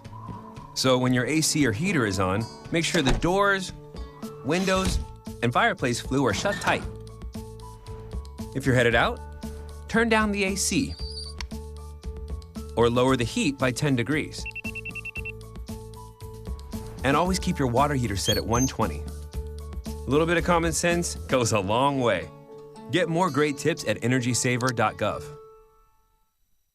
So, I'm kind of new here, but I've noticed a trend. My human does this funny thing where she goes around and gets all my toys, and then she hides them in that basket by the door. But it's always the same basket, and it's always in the same place. And then she acts so surprised when I find them, but, she's putting them in the same basket. Again. It's like, hello? That's where you put it last time. You were the worst at hide and go seek.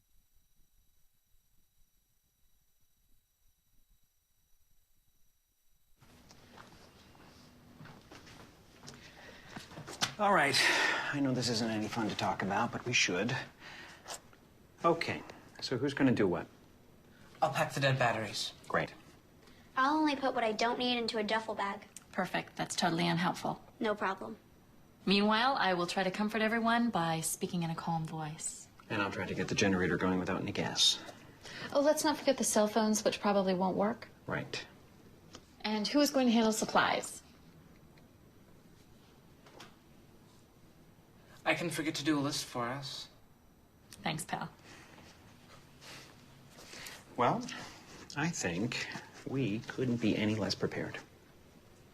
I'm proud of you guys. Talk to your kids about who to call, where to meet, what to pack. Visit ready.gov/kids for tips and information. It's on us to stop sexual assault. To get in the way before it happens. To get a friend home safe. And to not blame the victim. It's on us. To look out for each other. To not look the other way. It's on us to stand up. To step in. To take responsibility. It's on us, all of us, to stop sexual assault. Learn how and take the pledge at itsonus.org.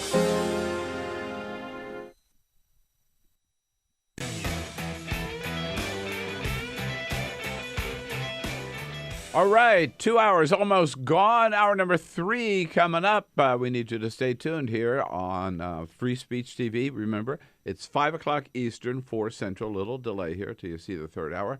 But you can catch us right away on our video stream, Talker, youtube.com/TawkrTV. And then top of the next hour, Congressman John Yarmuth from Kentucky, who will tell us all about the Kentucky primary and what's happening with health care in Kentucky. All of that coming up, hour number 3.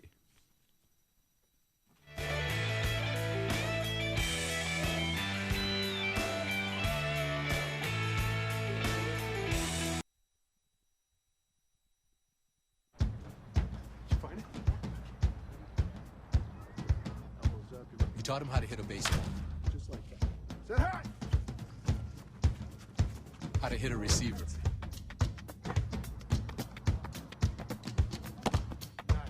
The strike zone. The net. You taught him how to hit the upper corner.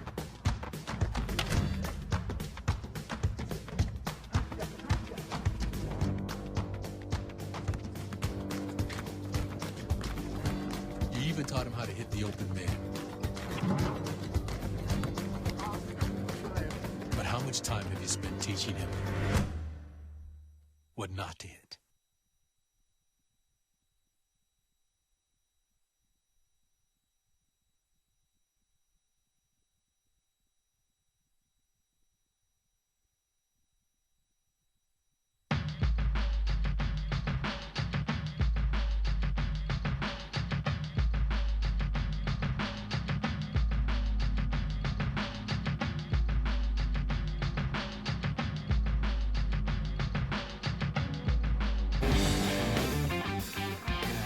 We go from New York to Kentucky with members of Congress. John Yarmuth, congressman from Kentucky's 3rd Congressional District. He's coming in to celebrate the Kentucky Derby with a shipment of Kentucky bourbon.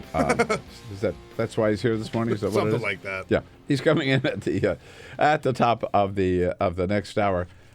So on I was up at CNN yesterday, and the big talk now is still once again, and everybody ought to I keep saying, just relax. This whole primary is going to be over June 7, at the most until June 14, if you count the D.C. primary here. But the big there's 7 states or 6 states, I guess, on June 7, including California. Everybody just relax, let the primary continue, and then we'll all rally behind the winner and celebrate a good, strong general election campaign. But no, there's still voices out there insisting Bernie Sanders just has to drop out. He's doing nothing but hurting Hillary and inciting violence. And the chair of the Democratic National Committee, Debbie Wasserman Schultz, actually went on CNN Tuesday evening and said that Bernie was not doing enough to keep his supporters in line, accusing him of adding fuel to the fire, which was an outrageous statement. Jeff Weaver, Bernie Sanders' campaign manager, yesterday morning responding on CNN. He categorically condemns any kind of threats that went on. Absolutely unacceptable. Debbie Wasserman Schultz, we could have a conversation just about Debbie Wasserman Schultz and how she's been throwing shade on the Sanders campaign since the very beginning.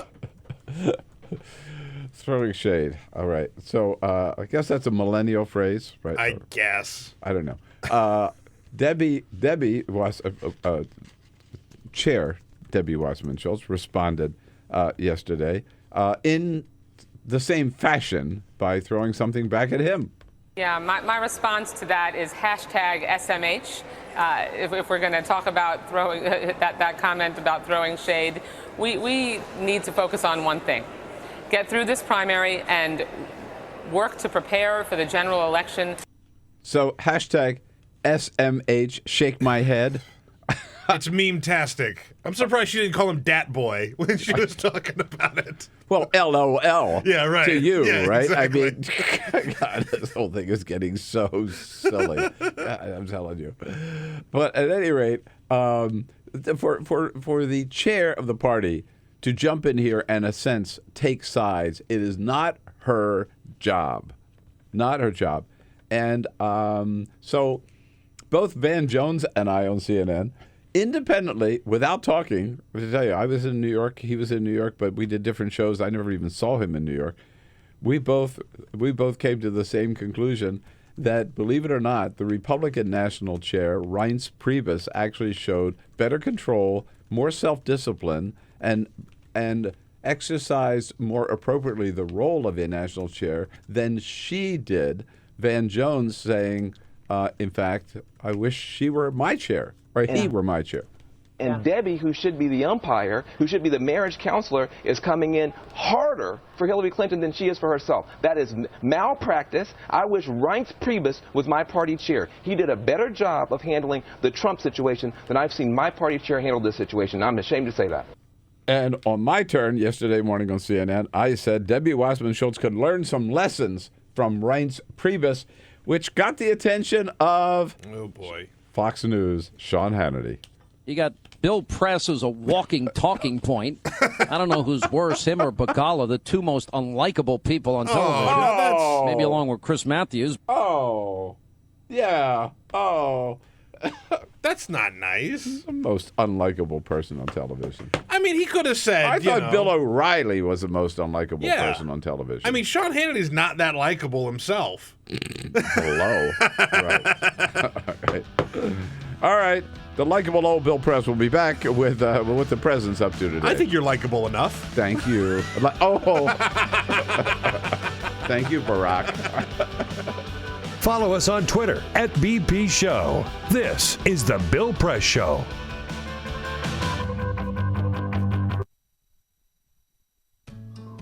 You wouldn't let money just blow out of your house. So when your AC or heater is on, make sure the doors, windows, and fireplace flue are shut tight. If you're headed out, turn down the AC. or lower the heat by 10 degrees. And always keep your water heater set at 120. A little bit of common sense goes a long way. Get more great tips at energysaver.gov. So, I'm kind of new here, but I've noticed a trend. My human does this funny thing where she goes around and gets all my toys, and then she hides them in that basket by the door. But it's always the same basket, and it's always in the same place. And then she acts so surprised when I find them, but, she's putting them in the same basket. Again. It's like, hello? That's where you put it last time. You were the worst at hide and go seek.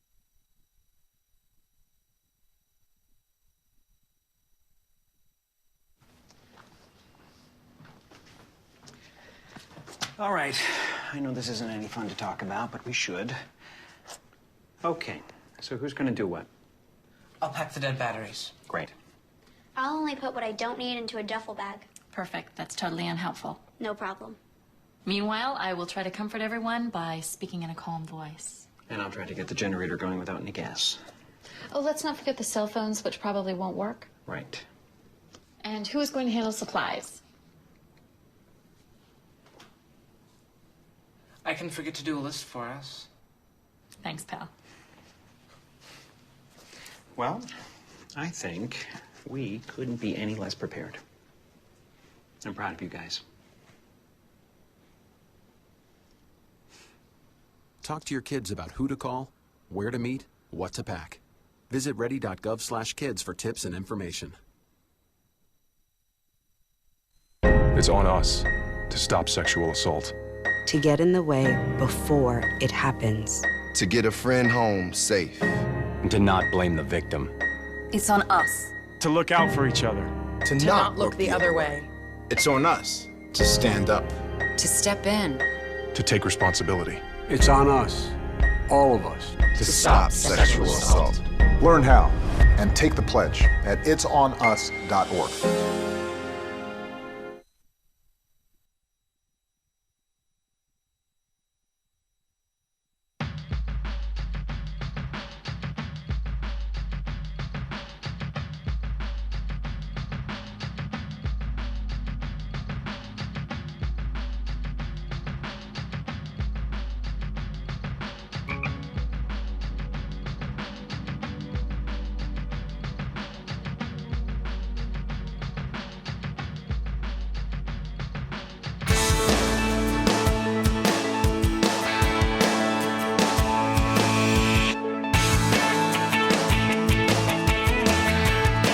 This is the Bill Press Show. Here we go. Congressman John Yarmuth from Kentucky at the top of the next hour here in studio with us and President Obama. Another fairly light schedule at the White House today. Gets the daily briefing at 10 o'clock. Then he and the vice president have their weekly lunch at 12:30. I hope they have some ice cream for dessert because, surely he brought some back from Ohio. I hope so. I hope so because Joe Biden likes ice cream. He's an ice cream He guy. told us that again Jenny's yesterday. good ice cream. Mm-hmm. And then at 2 o'clock this afternoon, the president will be handing out the National Science Medals for high school students all around the country. Our briefing with White House Press Secretary Josh Earnest in the briefing room at 12 noon today.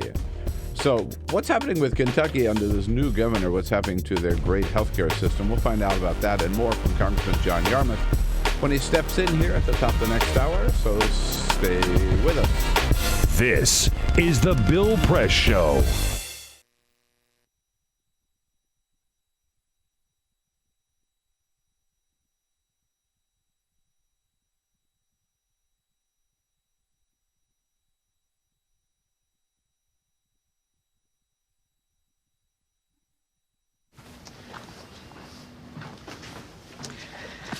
All right. I know this isn't any fun to talk about, but we should. Okay. So who's going to do what? I'll pack the dead batteries. Great. I'll only put what I don't need into a duffel bag. Perfect. That's totally unhelpful. No problem. Meanwhile, I will try to comfort everyone by speaking in a calm voice. And I'll try to get the generator going without any gas. Oh, let's not forget the cell phones, which probably won't work. Right. And who is going to handle supplies? I can forget to do a list for us. Thanks, pal. Well, I think we couldn't be any less prepared. I'm proud of you guys. Talk to your kids about who to call, where to meet, what to pack. Visit ready.gov/kids for tips and information.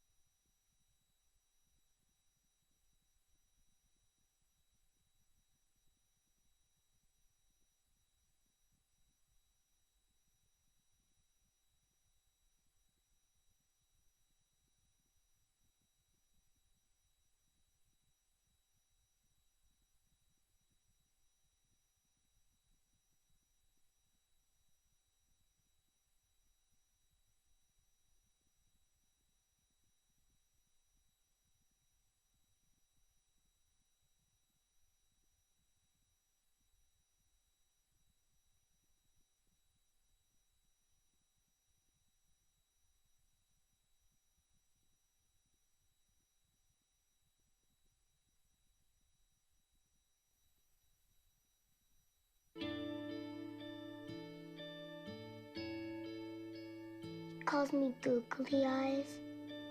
You know you're beautiful, right?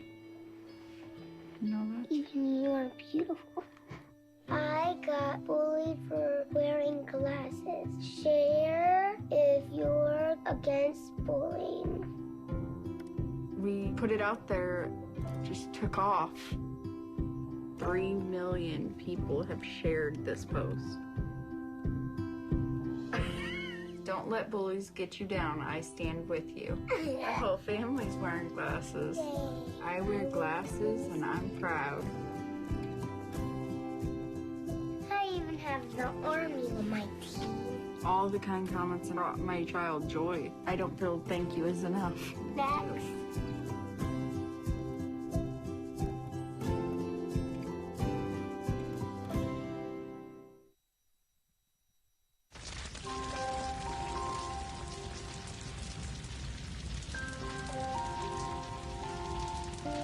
A single ember that escapes from a wildfire can travel more than a mile. That single ember can ignite and destroy your home or even your community. You can't control where that ember will land, only what happens when it does. Get Fire Adapted now at fireadapted.org. I wanted to find a bank with a purpose. I wanted to find a place that would take my money and not use it to cause the financial crisis, but to fix the financial crisis and to help end income inequality. The people that we employ are usually clients right off the streets. They don't have an account, but Amalgamated is willing to get that started for them. Their reputation of supporting the working man, I think, speaks for itself. This is a bank that cares for their customers, and I appreciate that. We were able to access a construction loan through the bank's programs, and that loan has helped us house 28 families in the community. Amalgamated is a bank that was started for and about working people.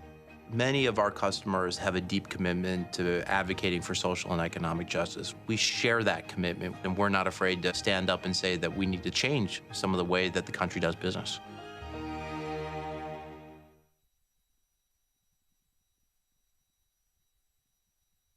I grew up in the housing projects of Cleveland. I didn't even know that life could be any better than it was. Education for me has been a way to get away from the agony of what was normal life. I want to be able to impact the community, not just look back on where I came from, but to reach back to where I came from and pull some people up with me. My name is David, and I am your dividend.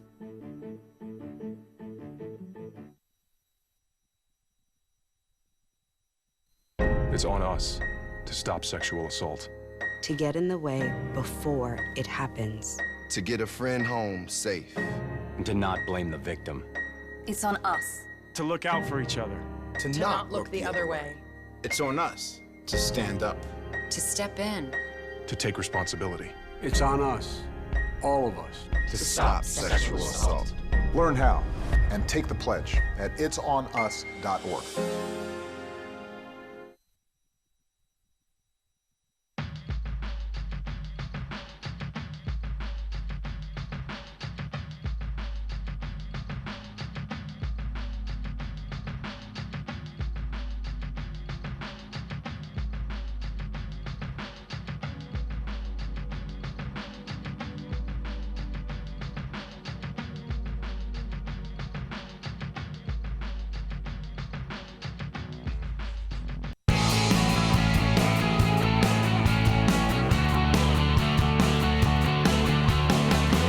Broadcasting around the nation, on your radio, on your TV, and online. This is The Bill Press Show. Bernie says he's still in it all the way through the District of Columbia primary on June 14. And Hillary's saving a victory, a narrow victory, but a victory nonetheless. A win is a win in Kentucky on Tuesday. Hello, everybody. What do you say? Can't talk about Kentucky without having a congressman from Kentucky in studio with us, and we've got a good one. Congressman John Yarmuth, our friend, in studio with us. Congressman, good to see you. Thanks, Bill. Good to be here. And it's nice to see all of you today on this Tuesday, May 19, the Bill Press Show. Live from Washington, D.C., our nation's capital, our studio on Capitol Hill, and reaching out to you on your local progressive talk radio station, coast to coast, as well as on Free Speech TV, of course. Lots to talk about today. We've got it covered, and we invite you to join the conversation at 866-55-PRESS. That's our toll-free number. Give us a holler, or send us your comments on Twitter at BP Show and on Facebook at facebook.com/Bill Press Show. Peter Ogburn and Jamie Benson. Hello, Bill. Hey, good morning. Leading our team here this morning, Ray Rogers. Ready for your calls at 866-55-PRESS. Cyprian Bolding, thanks to our videographer. We are looking at you on Free Speech TV. And again, welcome the good congressman from Kentucky. Back to the program. And Congressman, we've all been following on the air this morning this tragic situation of Egypt Air Flight number 804, clearly lost over the Mediterranean. 66 passengers on board and a crew of 10. The latest word we've had from the Greece traffic controller said that the plane did some very strange swerving at the very last minute. 90 degrees to the left, and then it went 360 degrees to the right. A complete circle. Can't imagine being on that aircraft. No. And plummeted into the sea from 27,000 feet. They're investigating what did go wrong now, but no debris or anything yet. Nothing yet. Donald Trump, of course, Congressman, has already declared it an act of terrorism. He's an expert in everything, so he obviously knows. Yeah, right. And why wait don't worry about evidence or the facts or anything. No. Yeah. When you go into your polling place, just remember, right? Do you really want someone who jumps to conclusions with this little information? Yeah, it's pretty scary. I mean, these are obviously horrific situations, and you can't even imagine what those passengers and crew went through. But it clearly sounds to me, I mean, not clearly, I guess, but it sounds to me like it was some kind of mechanical. It does sound that way. And unlike Donald Trump, the civil air minister of Egypt says they're not ruling anything out. It could be technical, mechanical problems. It could be terrorism. They're waiting until they ascertain the facts. But we'll keep you up to date through the program if there's any more information breaking on that. I have to tell you, by the way, thanks to a shout out to John Allen for filling in yesterday while I was up on my moonlighting job at CNN. Funny little, so I walked in the green room at CNN yesterday morning, and there was the gentleman sitting there on the couch, and I thought it looked a little familiar, and then I realized it was Steve Forbes. Oh, wow. President Steve Forbes, Yes, right? all right. One of the wealthiest men in America, just sitting there on the couch. He has a new book out, at any rate. So I said I'd met him before. He'd done Crossfire a few times, so I said hello, and then I said, "So, are you supporting Donald Trump?" Oh, wow. And I have to tell you, he lowered his head. He kind of looked down, and he said, "I said I would support the Republican nominee." Yeah. Period. End of story. Well, that's where they all are, and that's where most of my colleagues are. And when and I talk to a lot of Republicans on the Hill off the record, and they just are, gnashing their teeth. They don't know what to do. I don't think they're deceived by any of these polls that show it as a competitive race now. They look at it as a potential disaster, and for them. And one of my good friends, who's from the South, Republicans, said he was home and some of his elected officials there said, "Well, what do I do when I don't agree with any of the positions of my party's nominee?" And the guy said, "You lose." Oh, he said, wow. and you come back the next time and try to win.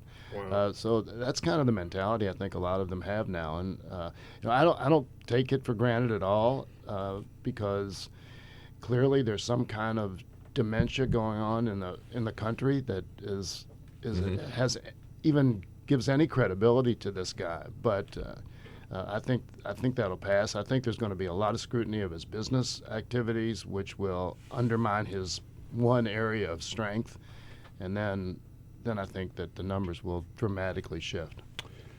We will get more into that. I want to ask more questions about what Republican candidates for Congress or for Senate can do and might do to sort of put some distance between themselves and Donald Trump. With Congressman John Yarmuth, and then we're going to talk infrastructure at the half hour with Radhika Fox from the U.S. Water Alliance. But first, this is the Full Court Press. Yes, indeed. Just a couple of other stories making news. Grand Rapids, Michigan is where we go for this story. There's a store called Sweet Cakes. It's a bakery, and it's run by Zainab Mohammed. And a woman ordered a cake from the bakery, and then she found out that Zainab was a Muslim. And the woman wrote her an email and canceled her order, saying that she could not carry out the order because she found out that the woman making it was a Muslim. Eater.com got a hold of the letter or the email that the woman actually wrote, saying that my husband fought in Iraq and he fought your people, and I cannot give you our business. It's a sad story, but at least she's bringing some light to it. the level of ignorance of some people about it's sick. Islam and Muslims is just sick. Right. The base brawl that we probably think she flew one of the planes on 9/11. Yeah, exactly. Right. We talked about the base brawl between Rognet Odor and Jose Bautista over the weekend, right? Well, not everybody's quite so upset with Odor for throwing that punch. In fact, in Fort Worth, Heim's Barbecue has said that Rogner eats for free, or Odor eats for free in Heim's Barbecue. They even put out a T-shirt that says, "He's an a-hole, but he's our a-hole," and said that anytime he wants to eat in at Heim's Barbecue for the rest of his life, he can eat there for free. So Odor's not going to go hungry out there. And we've talked about Google with their self-driving cars and how much safer they are, but there are still occasionally slip-ups. And one of the things that they actually received a patent for, this is very interesting, it's a sticky car hood. So if it's a self-driving car and it does hit a pedestrian or a cyclist, the hood of the car is going to have sort of an adhesive on it, so if it strikes someone, the person will hit the car and stick to it, or at least soften their blow from the car. Because a lot of times these injuries, you hit somebody and it launches them. and it pushes them to the ground a lot harder. But if there's an adhesive on the hood of the car, look at Bill. No, I don't want to be stuck to the hood of the car. But also, this car is supposed not to hit anybody. Well, it's supposed to stop. It has that crash avoidance technology. They say that it shouldn't hit anybody, but were it to hit somebody, I'll say this. This is what they say. It softens the secondary impact. So, like I said, normally you hit the car and you go flying. This one, maybe not. Oh. Yeah, the bad news is it hit you. The good news is you're stuck to my hood, and I'll take you the next 50 miles. Yeah.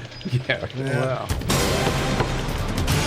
All right, so Congressman, we all think Kentucky. We think the Kentucky Derby. Were you there? I was there. I usually you and am Ted there. Cruz. Ted Cruz was there. I didn't see him, but too bad. Yeah, there were a lot of politicians who end up there. Rand Paul was there. Mitch McConnell was there, of course, and so there are horses and horses' asses. No offense. No offense. But, I was talking about that side. Yeah. Yeah, but it was a great race, beautiful day in Kentucky, except for a 5-minute storm during the national anthem. Lady Antebellum was singing it, and they did a great job. And the rain came down just as hard as it could be. Really? And they were just rejoicing in it. Lady Antebellum, it was great. Everybody all dressed up, and then you get drenched. Yeah, but then the day turned beautiful for the Derby, and Nyquist, who's undefeated, just dominated a 20-horse field, and looks like a standout in the You said you're usually weekend. there? What do you mean? I've been there 53 times. It's amazing. It is. I went to my first one when I was 14. I missed 2 since 1962. Oh, that's amazing. Yeah. Do you have? And I'm like getting a little seat? tired of it, to be honest. Do you have a seat with your name on it? Well, sort of. The track sells me a table at totally exorbitant prices. Of course. $12,000 for 8 seats for the Oaks, which is Friday and Saturday, and it's right next to Mitch McConnell's table. Oh, oh wow! Which is a little I'm sorry to awkward hear sometimes, that. but we get through it, and but it's an exciting day for me. It's a lot of work because I have to We're the home base of Humana, who is with the company being acquired by Aetna. Yeah. So Aetna's CEO was there for the Derby, and they asked me to come by Humana's box to say hello to the Aetna CEO. And that kind of scenario repeats itself. So you're working the crowd. Yeah, I'm working the crowd. So what was more exciting, the Kentucky Derby or the Kentucky primary? Actually, the Kentucky primary was a lot more exciting. Yeah. And I'm a Hillary Clinton supporter, and we really, really worked hard because we knew we had to. Boy, you did. And it's a good thing you did. It's a good thing. Yeah, and it's a good thing she did. Absolutely. I mean, she's spent several days there in the last 2 weeks. President Clinton was there as well, basically all over the state. On Sunday, we went to 2 black churches. We had about 4 or 5 other members of Congress who were spread out, as surrogates, going to other churches. We did a big rally at the Carpenters Union Hall. I did a robocall on Monday to get out the vote, and Louisville actually carried the state for her. Oh, is that right? Yeah. Your district. My district. Overall, she and Bernie both got 47% of the vote, and in Louisville she got 58% of the vote. So Louisville was definitely the determining factor. Were you surprised at how strong Bernie Sanders ran in Kentucky? To a certain extent. Now. Yeah, she made that unfortunate comment about coal, which hurt her very seriously in eastern Kentucky and some in western Kentucky. And West Virginia beforehand, yeah. But there were I think there are a lot of Bernie Sanders votes in the Democratic primary who are going to be Trump voters. They came out to... Really? Yeah. I think it was an expression, again, of this kind of nihilist One of the things that I heard philosophy. from the Sanders campaign is that in Kentucky, people could vote for Hillary or for Bernie or uncommitted. Right. And that uncommitted was actually 5% of the vote. Right. Yeah, and I don't know where, it's hard to say where those votes would have gone. I don't think there's any exit polling on that. I mean, to me, that vote makes no sense. I don't know why anybody would bother going out to vote. Right. Why go out to vote in a Democratic primary if you're going to vote uncommitted? Yeah. But as you might know, in 2012, in the Democratic primary, President Obama had 58% of the vote, and uncommitted was 42%.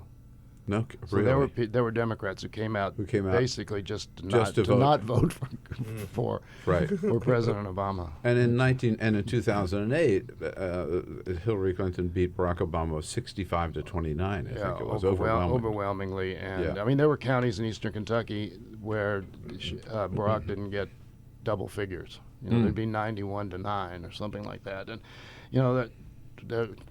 there's no other way to look at it. Is that there's still an awful lot of racism in Kentucky, as there is in many other places. Under the new governor, what's happening with Connect? You had the best state exchange in the entire nation, thanks in part to your efforts. And is the new governor, he threatened to undo it at one time. What's going on now? Well, he's in the process of undoing it. He's notified HHS that he intends to dismantle Connect. They've downsized the operation significantly, and what's really tragic about it is that the Governor Beshear, the prior governor, had set up something called Benefind, which was an entry point for a lot of different services, not just Medicaid, but also CHIP and SNAP, the food stamps, and TANF, and it was designed to complement Connect.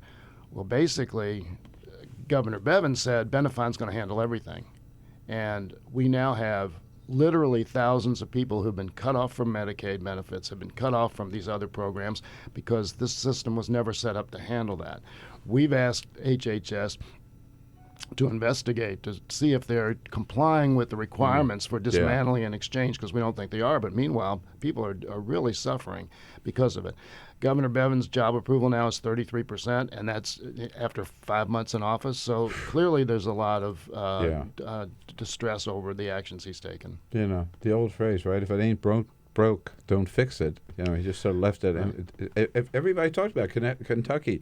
This is the model. This is what states ought to be doing, right? It's really a shame. And he's done so many things. I mean, he's approved $18 million in terms of state credits and so forth for what's called the Ark Park. This is a religious operation in northern Kentucky with the Ark, the biblical thing, and they're only going to hire Christians, and meanwhile he's slashing funding for all sorts of important human services. But we can find $18 million for the Ark Park.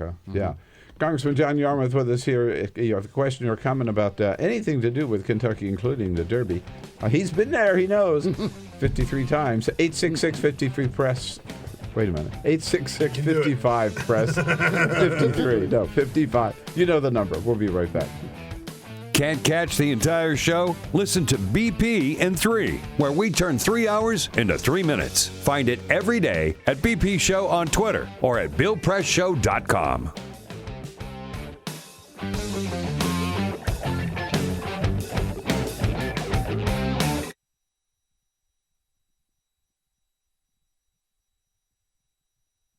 This is the story of my grandfather. When I was 19 years old, his right hand was crushed in a printing press. He was supposed to lose the hand, but a young doctor saved it just in time for the war. This is the story of the war. My grandfather repaired tanks. Behind the front lines, away from the cameras, he would pull pieces of dead men from the machines and send the machines back out to the field. This is the story of the war a decade later. Back then, you didn't talk about depression. There was no such thing as PTSD. When my uncle, age 7, asked him who won the war, my grandfather said, nobody. This is the story of my grandfather, the machinist. I have a newspaper from 1981, a story about the Nobel Prize for Physics, a photograph of the winner, a Harvard man standing by his machines. This man is not my grandfather. Beneath the photo, my grandfather has written, I designed and built almost everything in this picture. They worked together for 10 years, but my grandmother says the physicist never even remembered his name. If you asked that Harvard man, there would be no story of my grandfather, just a pair of disembodied hands. This is the problem with stories. They have to leave something out. The editor cuts a line and someone's face fades. The editor says 200 words or less and suddenly a whole family goes missing. The spotlight isn't about the light, it's how it makes everything around it dark. My grandfather's face is erased from every story. The machines survive, but the man who made them doesn't. The machines make the photo, but their maker is out of frame.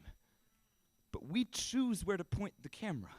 We can choose how to tell the story. We can choose which clothing the hero wears. I could tell you this is a story about a soldier, or I could tell you this is a story about the blue-collar man, but really, this is just the story of my grandfather. I did not know him. I was born too late, but my family tells me his name. Alfred Franzosa.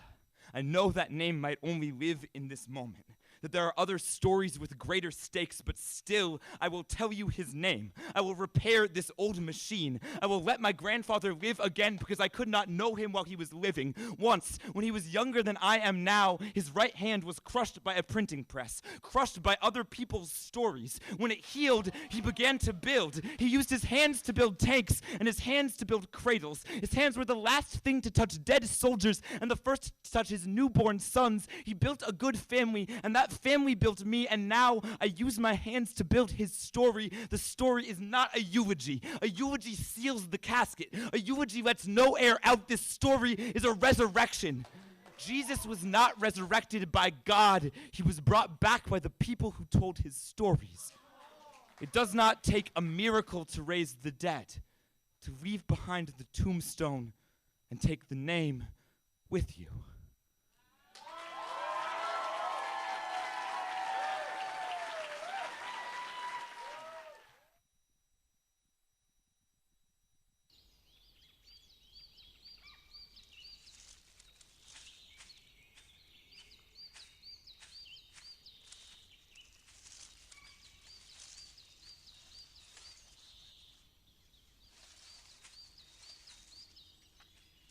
At Earth Justice, we defend the environment in the courtroom.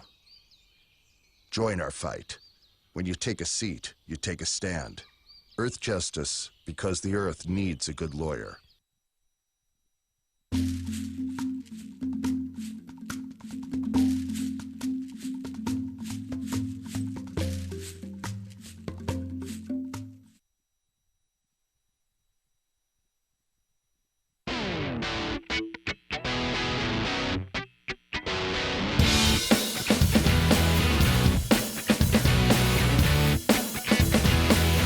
This is the Bill Press Show. 27 minutes after the hour, Congressman John Yarmuth from Kentucky. Here we're going to talk infrastructure with the head of the Water Alliance when we come back after the half hour. Congressman, let's go back to just a little over a minute left. But so what are your Republican colleagues in Congress planning on doing with Trump as the nominee? Do they run their own, just kind of run it as a local race and try to stay away from Trump, or what? I think that's it. I mean, most of the Republicans in the House, particularly, are extremely conservative. I mean, we got most of them are members of the Freedom Caucus. Well, not they're either members of or sympathizers with, and the vast majority are part of the Republican Study Group, which is very conservative, and of course Trump is actually a big government guy. I mean, he doesn't want to touch earned benefits like Social Security and Medicare, and he wants to expand infrastructure, and he wants to build the military. So this is not where they are in any respect, and there are going to be some uncomfortable moments when they're asked about. Do you think Trump's they position. can distance themselves from the head of the party? I don't think so. I've read a lot recently that there's an increasing amount of straight party voting now in the country, and that makes it more difficult if they try to do that. So I think they're in a real difficult spot in terms of carving out their own territory. I guess the question is 2020, anyone, right? Maybe that's or at least 2018, right? And just write off 2016. Yeah, well, I hope that's the case. I'd love to take the majority back. Yes. Totally. Great to see you, Congressman. Thanks, as Bill. always, thanks so much for coming in. My pleasure. This is the Bill Press Show.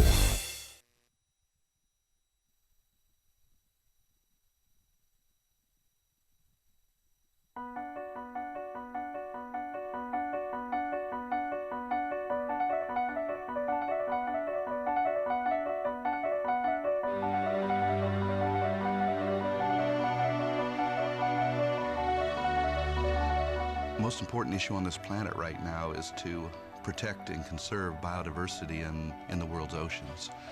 And I don't think people realize just how intimate our connection is with the oceans themselves. Not only do they provide the very foundation of life and control our weather, but life just simply could not exist without a healthy ocean. The real problem, though, is apathy. It's all out of sight, it's all out of mind, and people don't even think about it. But it doesn't matter whether you live in Peoria or on the coast. The fact is, whatever happens in the ocean affects all life forms on the planet Earth. If the oceans die, then civilization collapses. We all die. We cannot live on this planet without the oceans. This is, in fact, not the planet Earth. It's the planet ocean, but because we're a land-dwelling species, we refer to it as Earth. But it is the planet ocean, and the oceans are the heart and the foundation of all life on the planet.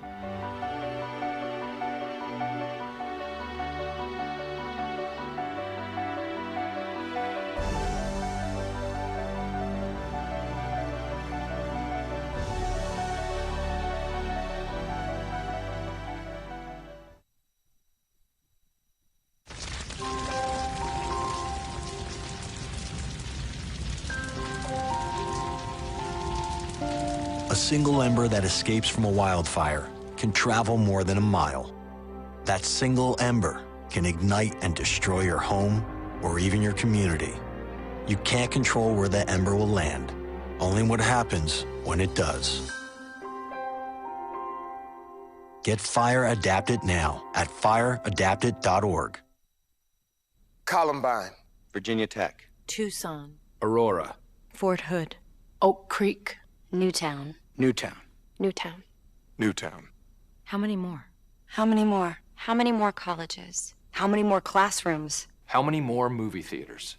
How many more houses of faith? How many more shopping malls? How many more street corners? How many more? How many more? Enough. Enough. Enough. Enough. Demand a plan. Right now. As a mom. As a dad, as a friend, as a husband, As a wife. as an American. As an American. As an American. As a human being. For the children of Sandy Hook. Demand a plan. No more lists of names. It's not too soon. It's too late. Now is the time. Before we all know someone who loved someone on that list. No more lists. No more. Who they might have been. No more. If we had just done something yesterday. It's time. We can do better than this. We can do better than this. It's time. It's time. It's time for our leaders to act. Demand a plan. Right now. Right now. You! Demand it! Enough. Enough. Enough. Enough.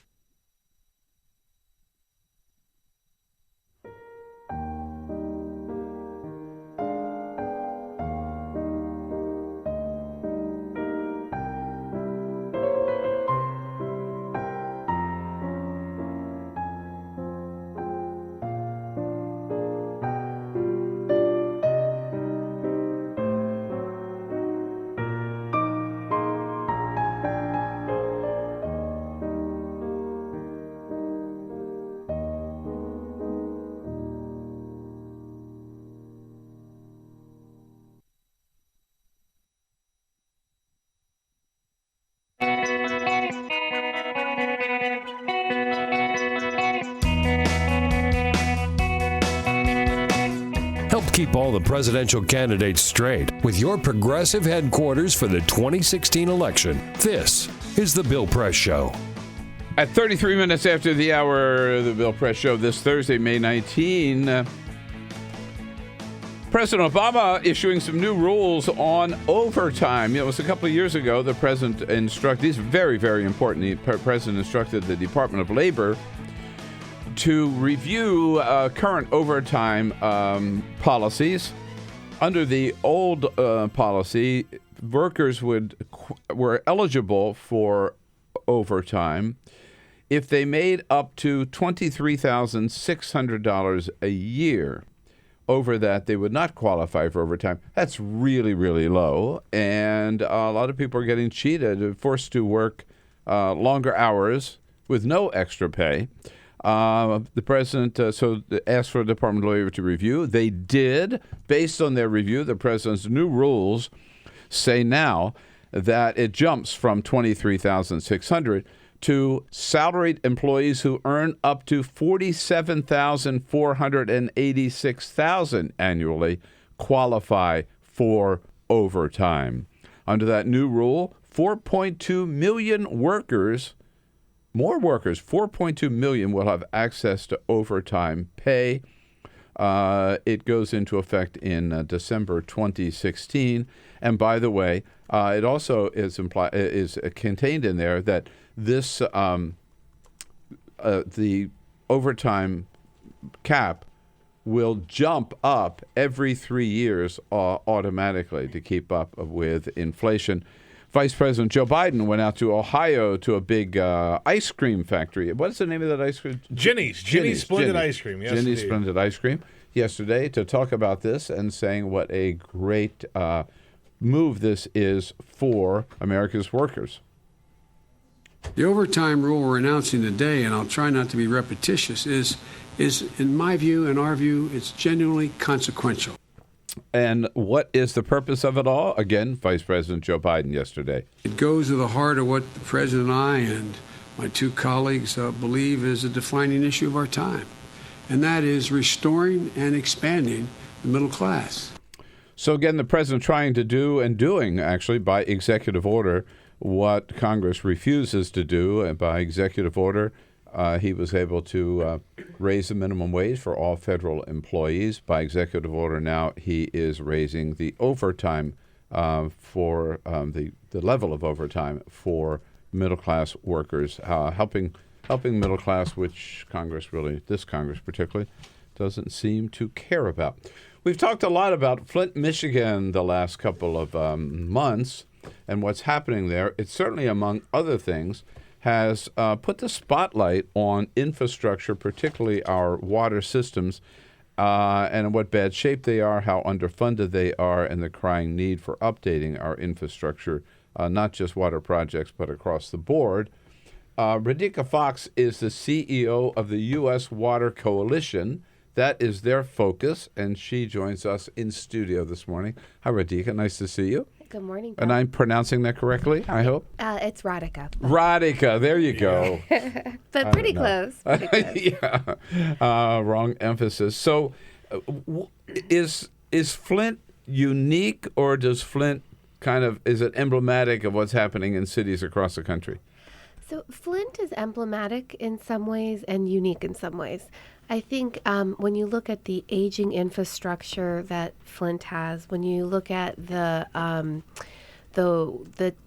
polluted water in the Flint River, when you look at the lack of fiscal capacity to be able to make the investments in water systems, that is a challenge that cities all around the country face, and not only cities but rural communities as well.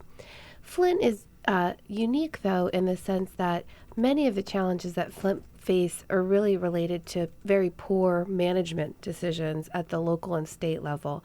And I think many other utilities around the country are very well-run systems, even as they face these financing challenges. Right. So, but the fact is, right, overall, our water systems around the country, what if you were giving them a grade overall from A to F, right? Generally, where do they fall? The American Society of Civil Engineers give our water systems a D grade. Whoa. Many of these systems were built really 80, 100 years ago, or they're even older than that. I live in San Francisco, and here we are, a world-class city, but we're sitting on top of red brick sewers that were laid during the gold rush. So the systems are aging, they're failing, and we really need a next generation of investment. And do you have a cost figure on that? The American Society of Civil Engineers, the U.S. Conference of Mayors estimates about $4 trillion over the next 20 years. Whoa. But, what's at stake is our economic prosperity. What's at stake is our public health for our communities. And so really we need to figure out how we make those investments. And we did a study recently, the U.S. Water Alliance with the Water Research Foundation. we looked at the 10-year capital plans of about 30 cities around the country. And what we found is those investments deliver about $50 billion in annual economic output and about 290,000 jobs. So if we are bold in our leadership and we make those investments, the benefits are tremendous. Yeah. But boy, that $4 trillion in terms of, too much. I mean, if you were saying that there were that ISIS was a threat and we had to start a third war or something, it was going to cost $3 trillion, we would find the money. We would. Yeah, but we were talking about protecting our kids, right, with safe drinking water. No, I don't know. Well, I mean, we were just in the previous hour, we were talking about the Zika virus, right, where the president, based on what NIH has told him, we need $1.9 billion to make sure to protect Americans from the Zika virus. And Republicans in Congress yesterday were willing only to provide $600 million. Yeah. I mean, one-third, not even one-third of what the president required. So in terms of priorities, infrastructure has just not been a big priority. Right. And I think why is that? I mean, we've talked a little bit about it. I mean, what is the hesitation? By the way, look at the metro system in Washington right now, where we are falling apart. Yep. And because we have failed to maintain it or take care of our infrastructure, this is transportation infrastructure. Right. Yeah, go, Peter. Yeah, why? But like, there should be a couple of things that we can look at as a country and say, this is something we must do, right? You had the bridge a couple years ago that collapsed in Minnesota, and that was sort of a rallying cry for people who said, this is something that we need to have done. And it really hasn't moved forward that much, right? So what's the holdup, I guess? Well, I think you're absolutely right. This is something, the infrastructure crisis in this country, we can get it done if we focus on it. I mean, we can.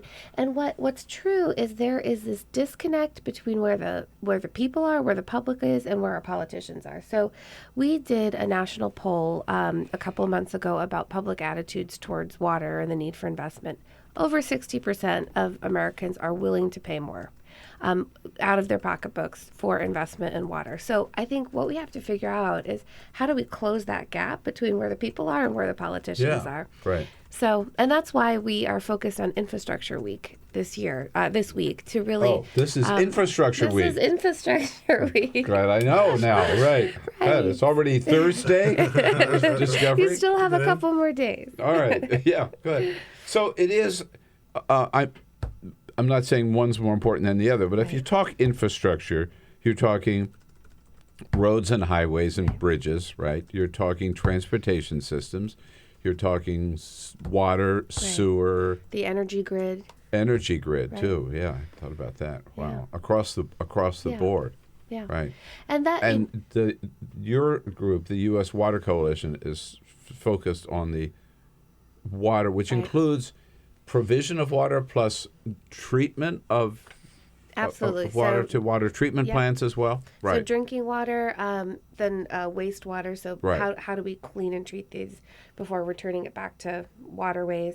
And then also stormwater infrastructure, because as you know, with climate change, we are seeing more extreme weather events, and so flooding is a growing issue in communities. So we also focus on stormwater. Now, what about sources of water? Meaning, so San Francisco's still importing from Hetch Hetchy, as far as I know, correct? We are. That is our primary source, but we also have a very robust strategy around local water supply diversification, including water reuse, recycling, other things. That's what I was going to ask you, because with climate change, among other things, and more and more opposition to damming up rivers or whatever, water supply also becomes an issue. So is desalinization, for example, or recycling of wastewater to where it's actually potable, drinkable, is that moving along? Where is that technology? It is. I mean, I think that, and if there was ever a silver lining to the epic drought that we've now seen in the western states over the last 5 years, it is a growing political will for investment in both the technology and the policy to help enable that. So yes, there's very robust examples all around the country of large-scale water reuse happening. And we need to see more of it. All right. Yeah, I'm from California too, but we're now living here in Washington. So Are California still saving water? Is Jerry Brown's 25% still in effect, and is it working? It has been. There was a little bit of a drop off since we had rain. There was a lot of rain this spring, right? I know. But we're still, people have really started to change at the individual level their behaviors. Okay. Radhika Fox here with us from the U.S. Water Coalition, talking about maybe we have to come up with a new word, right, about infrastructure across the board and why we are not taking care of our public facilities and updating them and realizing how important that is to our economic well-being as well as just good quality of life. Great, very interesting, very important topic, not getting enough attention. We're trying to focus on it right here, and with your help at 866-55-PRESS. We'll be right back. Get social with Bill Press. Like us at facebook.com/Bill Press Show. This is The Bill Press Show.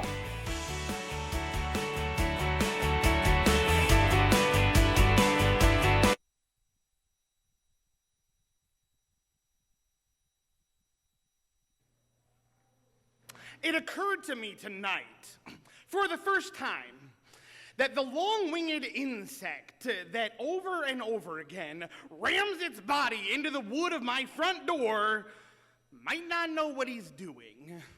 He might not have a plan. Maybe that's just how he flies, and that is where the door is. And I remember you.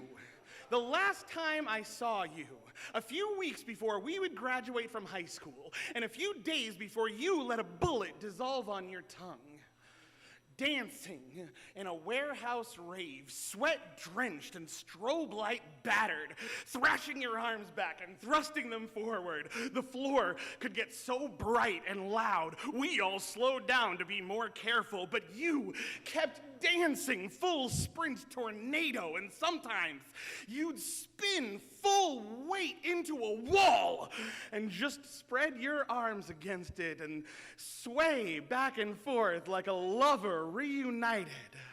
This long-winged insect is not trying to get into the house. It doesn't know there is a house. Can't imagine a life beyond that door. All it can see is the light. You and I were both 17 when you died. And ever since then, I have envied you. How you are remembered for towering, unclaimed potential instead of living to look regret in the face. You didn't have to come home 3 weeks later and explain to your little brother why you took too much medicine. Your addiction is remembered as a tragedy, not a betrayal. Your suicide attempt became a suicide, not an unpaid hospital bill. And only tonight did it occur to me that maybe that night when you let your teeth touch metal, you might not have known what you were doing. You might not have had a plan. Maybe you had hit that door so many times you couldn't imagine it might let you through. I'm still ashamed to admit it, but I have always secretly believed you did it for me, that you wanted to show me that there is a way out of all of this. Not so that I would follow you, but so I would understand that every day that I am alive is a day that I choose to be alive.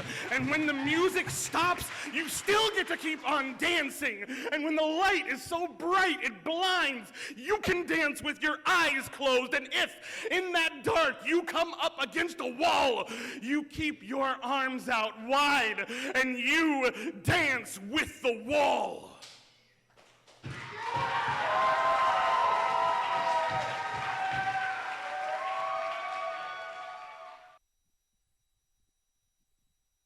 Bill Press Show. 12 minutes before the top of the hour, we are talking infrastructure, particularly water systems, with Radhika Fox from San Francisco and CEO of the U.S. Water Coalition. It is funny about that infrastructure. Since the days that I worked with Governor Jerry Brown in California, the first time that his first term as governor, I've been dealing with this phrase, infrastructure, and always thinking we need a new word, right? But nobody's ever come up with one. Yeah, it's true.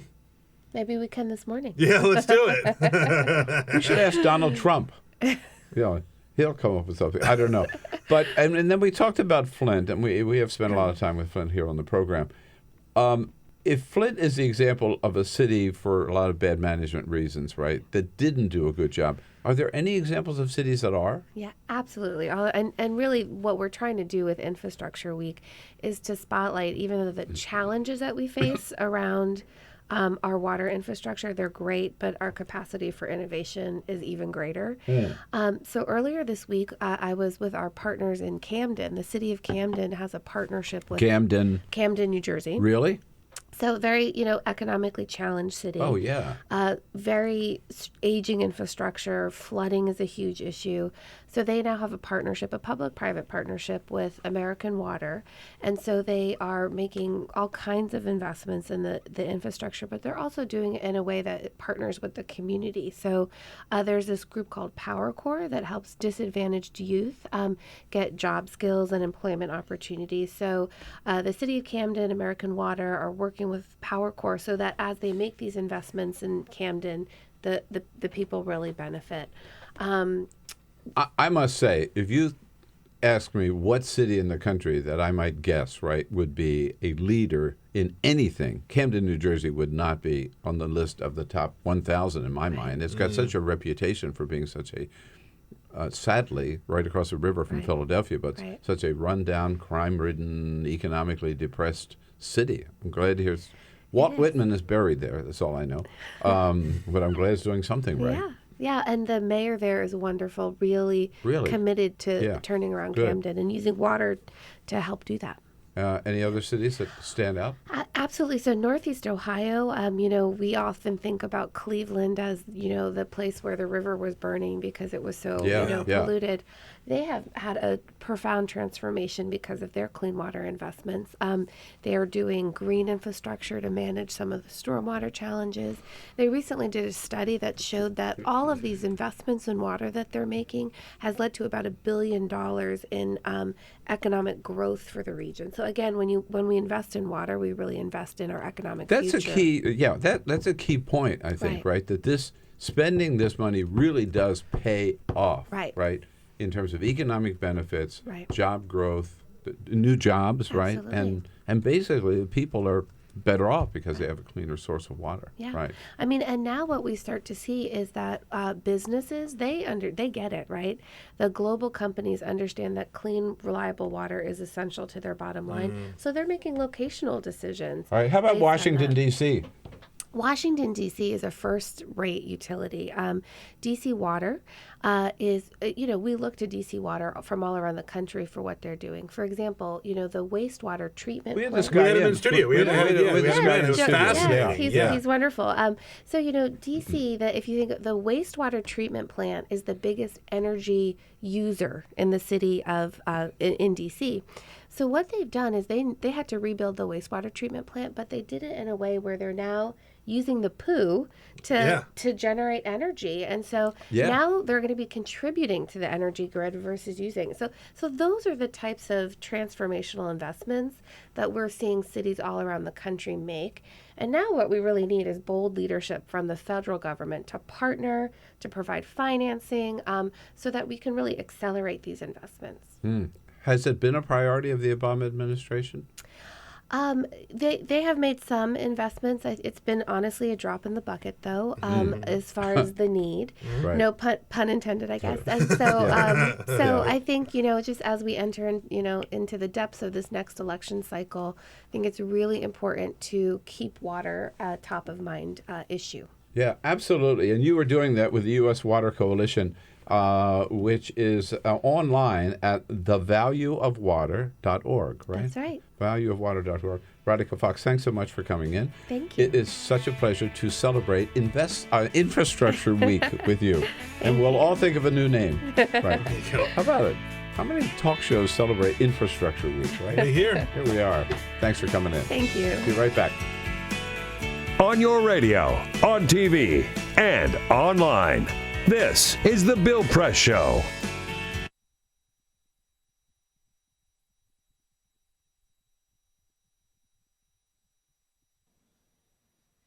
A letter to the girl I used to be. Dear Emily, every time I watch baseball, a voice I no longer recognize whispers, Ethan, do you remember? When you were going to be the first girl to play in the Major League Seattle Mariners rally cap. But to be honest, Emily, I don't. Dad told me that like it was someone else's bedtime story. But I do know you had that drive. Didn't let anyone tell you to wear shorts above your knees. Didn't care if boys thought your hair fell on your shoulders just right, but with girls, sleepovers meant the space between your shoulder and hers was a 6-inch fatal territory. The year you turned 11 was the first time you said out loud that you didn't want to live anymore. In therapy, you said you wouldn't make it to 21. On my 21st birthday, I thought about you. You were right. At 19, you started to fade. I tried to cross you out like a line in my memoir I wished I could erase completely. And maybe I'm misunderstanding the definition of death, but even though parts of you still exist, you are not here. Most of my friends have never heard your name until now. I've been trying to write this letter for 6 months. I still can't decide if it should be an apology or not. But now you will never hear Emily Smith announced at a college graduation. Get married. Give birth. When the prescribed testosterone started taking effect, my body stopped producing the potential for new life every month. I thought about your children, how I wanted them too. I let a doctor remove your breasts so that I could stand up straighter. Now, even if I somehow had those children, I wouldn't be able to nourish them. My body is obsolete, scarred cosmetic, but never C-section. I was 4 days late. They will never be grandparents. I was 1 week late. They will never hold their lover's sleeping figure. I was 11 days late. They will never breathe in a sunset and a sunrise in the same night. I was 2 weeks late. They will never learn to jump rope. I was 3 weeks late. They will never shout, "Watch, Mommy, watch me on the slide." I was 2 months late. A piece of us will never wrap their arms around our leg for comfort, but just to keep them from falling down. And I am sorry that this process is so slow, and all you can do is wonder if you ever had a place. You did. You still do. Don't forget that. Yours, Ethan. P.S. I never hated you.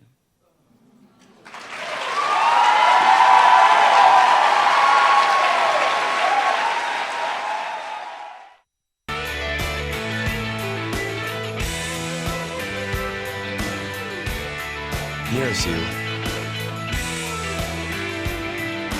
Or servant.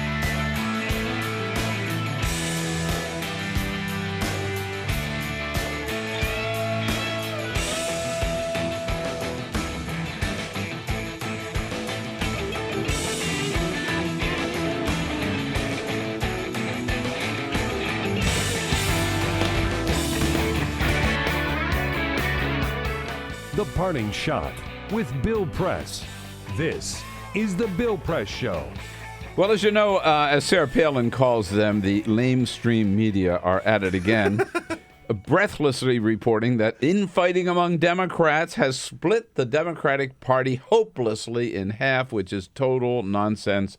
Let's set the record straight. 1, the differences between Bernie Sanders and Hillary Clinton are over policy issues, not personal attacks, and they're nowhere near as ugly as what we saw between Donald Trump and Ted Cruz or between Donald Trump and Marco Rubio. The fact is that this primary process will continue through June 14 here in the District of Columbia, and then whoever the winner is will be celebrated in Philadelphia by both the Sanders camp and the Hillary Clinton camp. And most importantly, the Democratic Party will be totally united in November, and the Republican Party will not be. So remember, it's a lot more that unites us Democrats than divides us. My parting shot for today. Have a great Thursday. Come back and see us tomorrow. This we'll be looking for is you. The Bill Press Show.